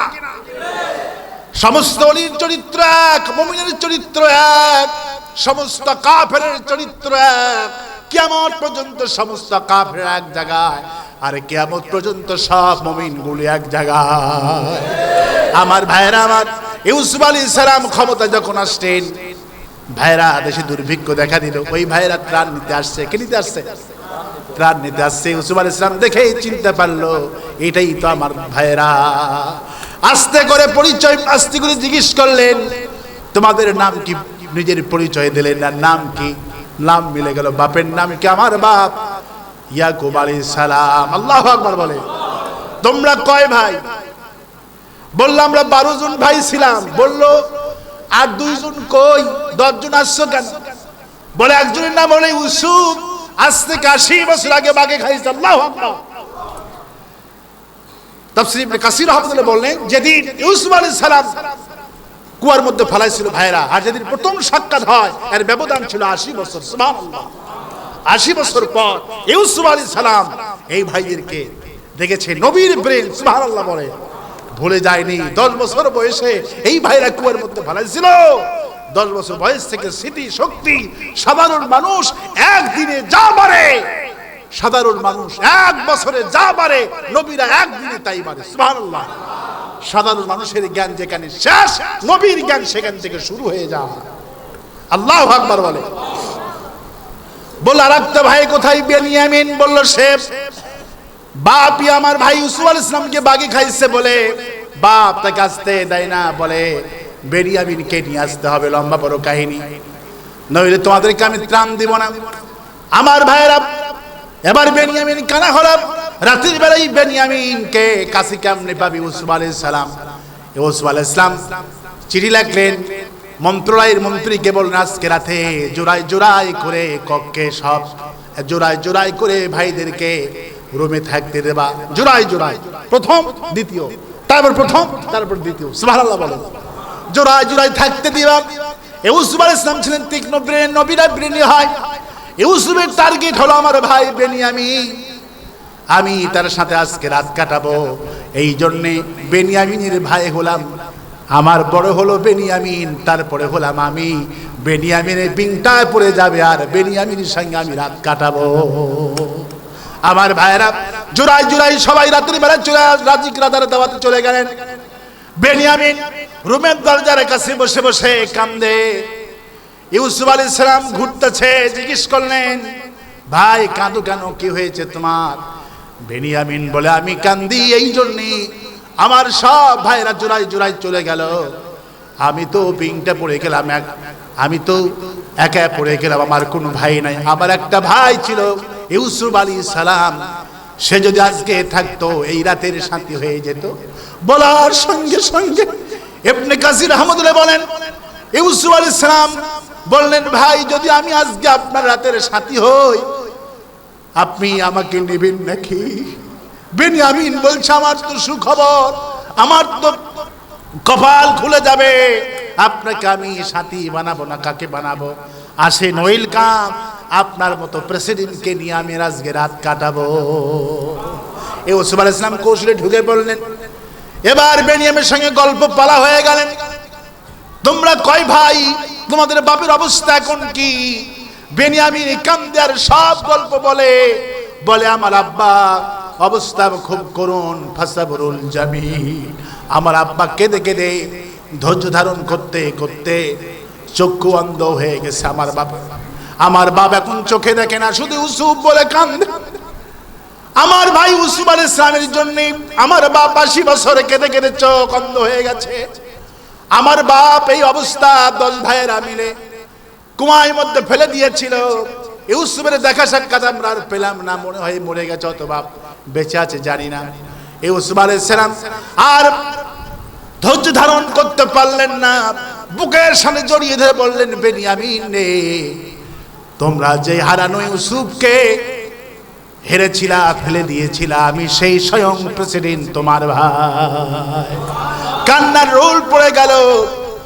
ইউসুফ আলাইহিস সালাম বললেন, আমার তোমরা যখন আমাকে কুয়ার মধ্যে ফেলেছিলাম, উলঙ্গ করে, আল্লাহ উলঙ্গ রাখেন নাই জান্নাত থেকে, আল্লাহ কাপড় দিয়ে আমাকে পরিধান করিয়েছিলেন, সেই জান্নাতি কাপড় আমি রেখে দিয়েছি।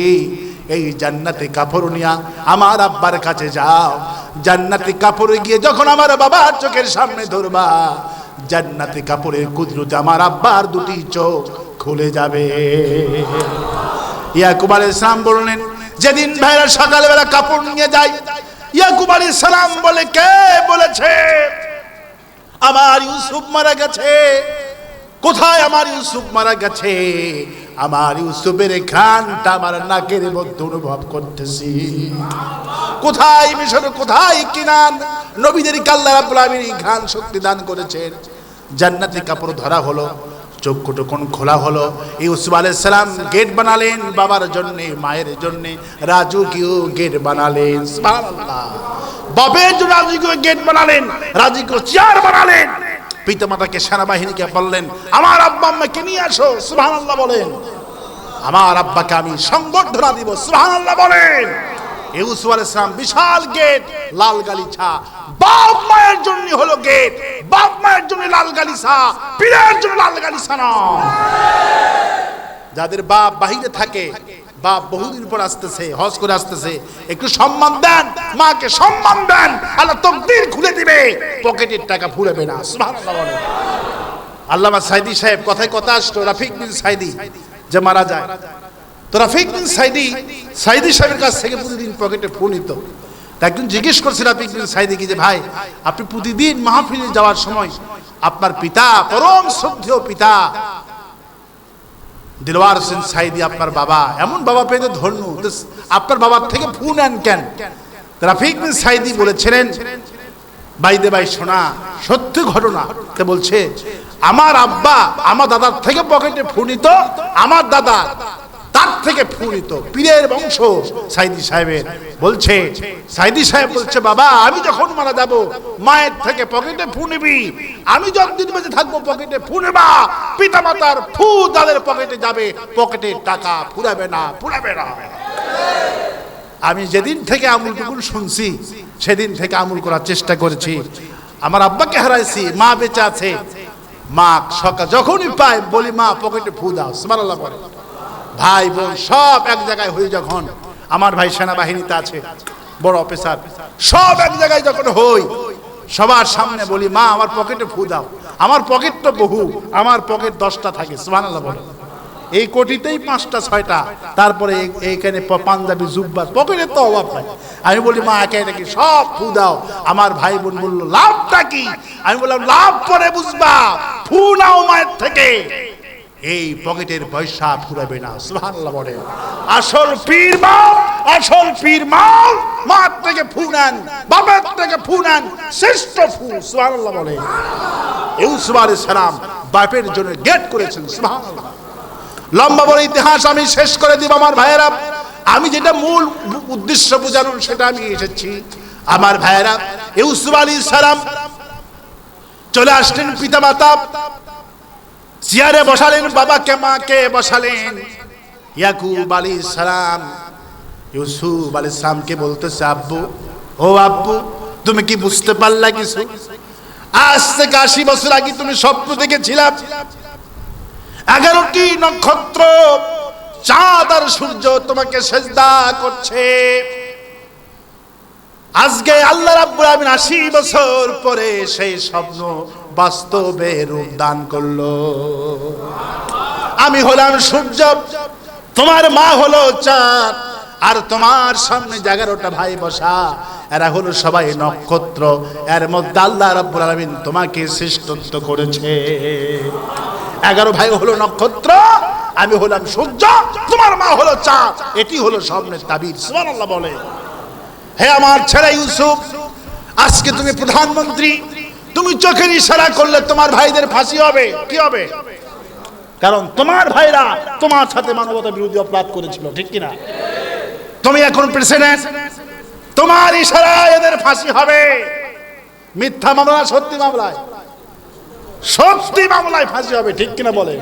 কারণ তোমার সাথে অরিজিনাল মানবতা বিরোধী অপরাধ করেছে ভাইরা, ঠিক কিনা? কিন্তু আমি তোমার বাবা, তোমার কাছে আমি একটা আবদার করি, আব্দু, তুমি আমার ছেলে ইউসুফ, তুমি 11 ভাইয়ের বিরুদ্ধে কোনো মামলা দায়ের করো না, কোনো মামলা দায়ের করো না, কোনো জাস্টিস আইনে যেও না। আমি তোমার বাবা বলছি, তোমার ভাইদেরকে তুমি ক্ষমা করে দাও। ইউসুফ আলাইহিস সালাম তার বাবার মাকে উপস্থিত রেখে কি ঘোষণা দিয়েছেন আল্লাহ রাব্বুল আলামিন, সেই কথাই কোরআনে বলছেন, লা তাশরিবা আলাইকুমুল ইয়াম। সুবহানাল্লাহ। হে আমার ভাইরা, আমার পিতা বলছে আজ তোমাদের ব্যাপারে বিন্দু পরিমাণ কোনো অভিযোগ নাই। আমি রাষ্ট্রপতি, তোমাদের মানবতার বিচার করতে পারি, অপরাধীর বিচার করতে পারি, কিন্তু আজকে আমি প্রেসিডেন্ট হয়েও তোমাদেরকে ক্ষমা করে দিলাম। আমার আল্লাহ যেন তোমাদেরকে ক্ষমা করে দেয়। বিশ্বনবী সাল্লাল্লাহু আলাইহি ওয়াসাল্লাম আবু সুফিয়ানের চোখের উপরে হাত দিয়ে বলেন, চাচাজি, ও চাচা, আবার ভাই ইউসুফ আলাইহিস সালাম 11 ভাইকে মানবতা অপরাধী হাতের কাছে পেও বিচার করেন নাই, মাফ করেছেন। আপনিও মানবতা বিরুদ্ধে অপরাধ করেছেন। আমার মেয়ে মা ফাতিমাকে এমন মারা মারছেন, আমার মেয়ে মা ফাতিমার কানের তালা পর্যন্ত থেকে ঝরঝর করে ফেটে রক্ত বের হয়েছে। মা ফাতিমা নবী আমার নামাজ পড়ছেন, আবু সুফিয়ান নবীর মাথার উপরে উঠি নারী পচা নারী ভরে দিয়েছেন। ফাতিমা ছোট্ট মেয়ে সহ্য করতে পারেন নাই, বাবাকে এত ভালোবাসেছেন ফাতিমা। নবীজি বলছেন, ফাতিমা আমার কলিজার টুকরা, যে ব্যক্তি ফাতিমাকে কষ্ট দিবে সে যেন আমার এই কষ্ট দিল। আমার নাতি হাসান হোসেন আমার কলিজার টুকরা, আমার নাতি হাসান হোসেনকে যারা হত্যা করবে তারা জাহান্নামী। আমার নাতি হোসেনকে যারা ভালোবাসবে, সমর্থন করবে, সবাই জান্নাতি। এই জন্য ইয়াজিদের মন্ত্রী পরিষদ জাহান্নামী, ইয়াজিদের সেনাবাহিনী, পুলিশ বাহিনী, যত বাহিনী আছে, ইয়াজিদ বাহিনীর সমস্ত প্রশাসন জাহান্নামে। আর ইমাম হোসেনের পক্ষে যারাই থাকবে তারাই জান্নাতি। আমার ভাইয়েরা, আমার প্রবন্ধগণ, আমার চাচাজি, আমার ভাই ইউসুফ আলাইহিস সালাম 11 ভাইকে হাতির কাছে পেয়ে মাফ করেছেন। আমি আজকে ক্ষমতা পেয়ে আপনার বিচার করব না, আপনাকেও আমি ঘোষণা করে দিলাম মাপের ঘোষণা, লা তাশরিবা আলাইকুমুল ইয়াম। সুবহানাল্লাহ বলে, কোনো অভিযোগ নাই, তোমাকে মাফ করে দিলাম। আবু সুফিয়ানের চোখ থেকে দরদর করে পানি পড়ছে আর বলছে, যেই নবী এত সুন্দর, যে ইসলাম এত সুন্দর, মানবতা অপরাধীকে হাতের কাছেও পেয়ে যে ইসলামী রাষ্ট্রের প্রধান ক্ষমা করতে জানে, আমি আর এক সেকেন্ড কাফের থাকবো না। ঘোষণা করলাম, লা ইলাহা ইল্লাল্লাহু মুহাম্মাদুর রাসূলুল্লাহ। আমার ভাইরা, মাফ করতে শিখে, মাফ করতে শিখে ক্ষমতায় গিয়ে যদি মাফ করতে পারতেন, দেশটা জান্নাতের টুকরা হয়ে যেত, ঠিক কিনা বলেন? এই জন্য আদর্শ লেনিন নয়, কালমাস নয়, আদর্শকে লাকাদ কানা পড়েন, লাকাদ কানা লাকুম ফি রাসূলিল্লাহি উসওয়াতুন হাসানা। तमाम পৃথিবী মানুষের জন্য উত্তম আদর্শ। কি আদর্শ? হাসানা, উত্তম আদর্শ মুহাম্মদ রাসূলুল্লাহ সাল্লাল্লাহু আলাইহি সাল্লাম, তিনি আদর্শ। আমার আদর্শ জিয়াউর রহমান নয়, আমার আদর্শ হাসানুল হাকিম নয়, আমার আদর্শ লেনিন নয়, কালমাস নয়, আমার আদর্শ ইরশাদ নয়, আমার আদর্শ মুহাম্মদ রাসূলুল্লাহ সাল্লাল্লাহু আলাইহি সাল্লাম। আজ আমার দেশের হুজুরেরা কঠিন মানুষকে তো বুঝাতে পারে না। বাংলা আরবিতে হলো সুন্নাত, আরবিতে কি? আরবিতে হলো সুন্নাত, বাংলায় হলো আদর্শ। কি আদর্শের আরবি হলো সুন্নাত। আজ নবীর সুন্নাত করে জিকির করতেছি, এটা কঠিন হয়ে যায়। মানুষ মনে করে সুন্নত কি? সুন্নত হলো আদর্শ, একমাত্র আদর্শ অনুসরণ করব মুহাম্মদ রাসূলুল্লাহ সাল্লাল্লাহু আলাইহি সাল্লামের। রাসূলের আদর্শ যদি গ্রহণ না করতে পারেন, শুধু আবু তালেবের মতো ভালোবেসে জান্নাতি হওয়া যাবে না। অনুসরণ আদর্শ হতে হবে, অনুসরণ করার মাধ্যমেই জান্নাত আল্লাহ পাক লিপিবদ্ধ করে দিবে। শুধু ভালোবাসলাম, আরে কলজা ফেটে যায় রে, কলজা ফেটে যায়, থাপড়ায়, নবীর কাহিনী শুনে চোখের পানি ফেলায়। এই ভালোবাসা দিয়ে জান্নাত পাওয়া যাবে না। সব দিক এবং বিভাগ, আমার নখকরা থেকে শুরু করে নিয়ে মাথার চুল কাটবো নবীর আদর্শে, আমি কাপড় পরবো নবীর আদর্শে, আমি কাপড় পরবো নেতার আদর্শে নয়। আজ তো বিভিন্ন নেতার আদর্শে বিভিন্ন কোটিও পর্যন্ত পড়ে, ঠিক কিনা বলে? নেতার মুখ কেমন, সেই মুখের ভাষও আছে, আছে না নাই? নেতার ভাষণ কেমন, নেতার ভাষণ নকল করে, মুখ নকল করে, কোটি নকল করে। হায় হায় রে, এই সব নেতার অনুসরণ করে জান্নাত পাওয়া যাবে না। লাকাদ কানা লাকুম ফি রাসূলিল্লাহি উসওয়াতুন হাসানা। আমার হৃদয়ে মুহাম্মদ সাল্লাল্লাহু আলাইহি সাল্লাম যতক্ষণ পর্যন্ত অনুসরণযোগ্য না হবে, ওই মাথায় টুপি দিয়ে মুখে দাড়ি রেখে মুনাফিক হয়ে মৃত্যুবরণ করতে হবে। সুতরাং স্লোগান হবে একটা, নবী আছে যেখানে আমরা আছি, নবীর সমর্থন নাই যেখানে আমরা নাই, সেখানে মনে থাকবে মুসলমান সকল দিক এবং বিভাগ আদর্শ হলেন মুহাম্মদ রাসূলুল্লাহ সাল্লাল্লাহু আলাইহি সাল্লাম। প্রিয় ভাইরা, সব দিক আদর্শ, সুবহানাল্লাহ বলে। রাষ্ট্রপতির আদর্শ, নানার আদর্শ, স্ত্রীরও আদর্শ। আপনি এমন কি হতে পারবেন নাকি? এমন তো হতে পারবেন না, বাজার থেকে এসে যদি দেখেন বিবি রান্না করেছে, দেরি হয়েছে, মারপিট হয়ে যায়, তালাক পর্যন্ত হয়ে যায়। আর আমার নবী কি আদর্শবান হলেন, জিহাদের ময়দান থেকে তরবারি চালালেন। আয়েশা রাদিয়াল্লাহু আনহার কাছে, আয়েশা গো, জিহাদ করেছি, ক্ষুধা বেশি লাগে না কম লাগে? এক একটা তরবারি ওজন ছিল 10 কেজি, 15 কেজি তরবারি ওজন, সুবহানাল্লাহ বলে। একটা তরবারি ওজন ছিল 10-15 কেজি। এইটা নিয়ে যুদ্ধ করলে ক্ষুধা কম না বেশি? আয়েশা রাদিয়াল্লাহু আনহা ঘরেতে কি আছে রাসূলুল্লাহ? কিছুই নাই। অপেক্ষা করে রান্না করি। আয়েশা বলে, আমি ঘরের মধ্যে এসে দেখি রাসূলুল্লাহ জিহাদের ময়দানে তরবারিটা ফালায়া দিয়া তরকারি কুটে কুটে আমাকে সহযোগিতা করছে। সুবহানাল্লাহ বলে। কি নবী, কি আদর্শ! স্ত্রীর আদর্শ, সুবহানাল্লাহ, নানার আদর্শ, সেনাপতির আদর্শ, শ্রমিকের আদর্শ। এক শ্রমিক রাসূল কারীম সাল্লাল্লাহু আলাইহি ওয়াসাল্লামের কাছে মুসাফা করলেন, হাতে হাত লাগালেন, দেখে হাতটা খুব শক্ত। নবীজি বলে, তুমি কি কাম করো রাসূলুল্লাহ? আমি খেজুর গাছে উঠে, খেজুর গাছের বাদা কাঠি, গাছে উঠি খেজুরের, আমি খেজুরের বাদাগুলো কেটে কেটে আমার হাতটা ফোসা পড়ে গেছে, শক্ত হয়ে গেছে। নবীজি উপস্থিত জনগণের মধ্যে ওই লোকটাকে ডাকলেন আর বললেন, দুনিয়াতে যদি কোনো জান্নাতি মানুষের হাত দেখতে চাও, আল কাসিবু হাবিবুল্লাহ, যে ব্যক্তি নিজে কামাই করে উপার্জন করে, এই ব্যক্তি আল্লাহর ওলি। এই নয় হাতটা জান্নাতি হাত, সুবহানাল্লাহ বলেন। শ্রমিকের আদর্শ রাসূল বললেন, শ্রমিকের গায়ের ঘাম শুকানোর আগে তার পয়সা পরিশোধ করে দাও। পৃথিবীতে এমন কোন নেতা নাই যার আদর্শ এমন আছে, এমন নেতা পেয়ে আমাদের জীবন ধন্য। সুবহানাল্লাহ বলেন। যিনি আখিরাতে সুপারিশ করবেন, আখিরাতে একমাত্র সুপারিশ করবেন আমার রাসূলুল্লাহ। রাসূলের নামে এত কিছু হয়, একটা মিছিল করি না। আমি আমার বক্তৃতায় বারবার বলি, ও নেতারা, তোমার বাপের নামে বললে 1 ঘন্টায় গ্রেফতার হয়ে যায়, হয় কিনা? তোমার নামে বললে 1 ঘন্টায় গ্রেফতার, তোমার দলের নামে বললে 1 ঘন্টায় গ্রেফতার, মাটির নিচে থাকলেও গ্রেফতার, ঠিক কিনা? কিন্তু আমার নবীকে যখন গালিগালাজ করে, আমার নবীকে যখন কটূক্তি করে, আমার সাহাবীরা যদি বেঁচে থাকতো, আমার সাহাবী রাসূলুল্লাহকে এত ভালোবাসছেন।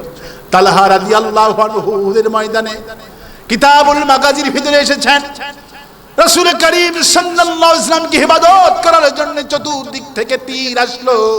এক জিহাদের ময়দান শেষে দেখা গেল তালহা রাদিয়াল্লাহু আনহু এক তালহার পিঠে 85টা তীর নিক্ষেপ্ত হয়েছে। এক তালহার পিঠে রাসূলকে হিফাজত করার জন্য 85টা তীর নিক্ষেপ্ত হয়েছে। সেই সাহাবী যদি আজ একজন বেঁচে থাকতো তামাম পৃথিবীর কাফেরদের বিরুদ্ধে মুনাফিক মুসলমানের বিরুদ্ধে যুদ্ধ ঘোষণা করত। ঠিক কিনা বলেন আমার ভাইয়েরা? আরেকজন সাহাবীকে মারা হলেন, রিমান্ডে নেওয়া হলো, বলা হলো তোমাকে ছেড়ে দিব, কিন্তু তোমার পরিবর্তে তোমার নবীকে এখানে মারবো। সাহাবী মুখ থেকে কথা বের হয় না, 3 দিনের না খাওয়া। সাহাবী রাদিয়াল্লাহু আনহুর মুখে কোন মধ্যে একটা ফোঁটা থুতু আসলে থুতুটুকু নিয়ে কাফেরের মুখে মেরে দেব, বলে কাফের রে আমার নবীকে আমার বদলে মারবি, মারা তো দূরের কথা এই শব্দ উচ্চারণ করেছিস এটাও বরদাস্ত করব না। আমার ভাইরা, আমার চোখের সামনে রাসূলকে গালি দিবে, আমার চোখের সামনে রাসূলের সুন্নতের ব্যাপারে রাসূলের আদর্শের বিরুদ্ধে ফতোয়া দিবে, জীবন যাবে রাসূলুল্লাহর সুন্নত থেকে আদর্শ থেকে পিছপা হব না, হব না। ইয়া হাসরাতাল আলাল ইবাদ, আফসোস এমন কোন নবী গিয়েছে যেই নবীকে তার কওমের লোকেরা রাষ্ট্র শক্তি দিয়ে সেই দেশের চিরণী অভিযান চালায়নি, সেই দেশে তছনছ করেনি কোন রাষ্ট্র শক্তি। কিন্তু কোন রাষ্ট্র শক্তি মুসলমানদের ইমানের শক্তির কাছে হেরে গেছে, ওদের ফকির হয়ে গেছে। মুসলমানদের ইমানের শক্তি জান্নাত জয়লাভ করেছে। পরে ভাইরা, যতক্ষণ আলোচনা শুনলাম আল্লাহ রাব্বুল আলামিন যেন বিশ্বনবীর আদর্শ নিয়ে মরার তৌফিক দেয় বলে আমি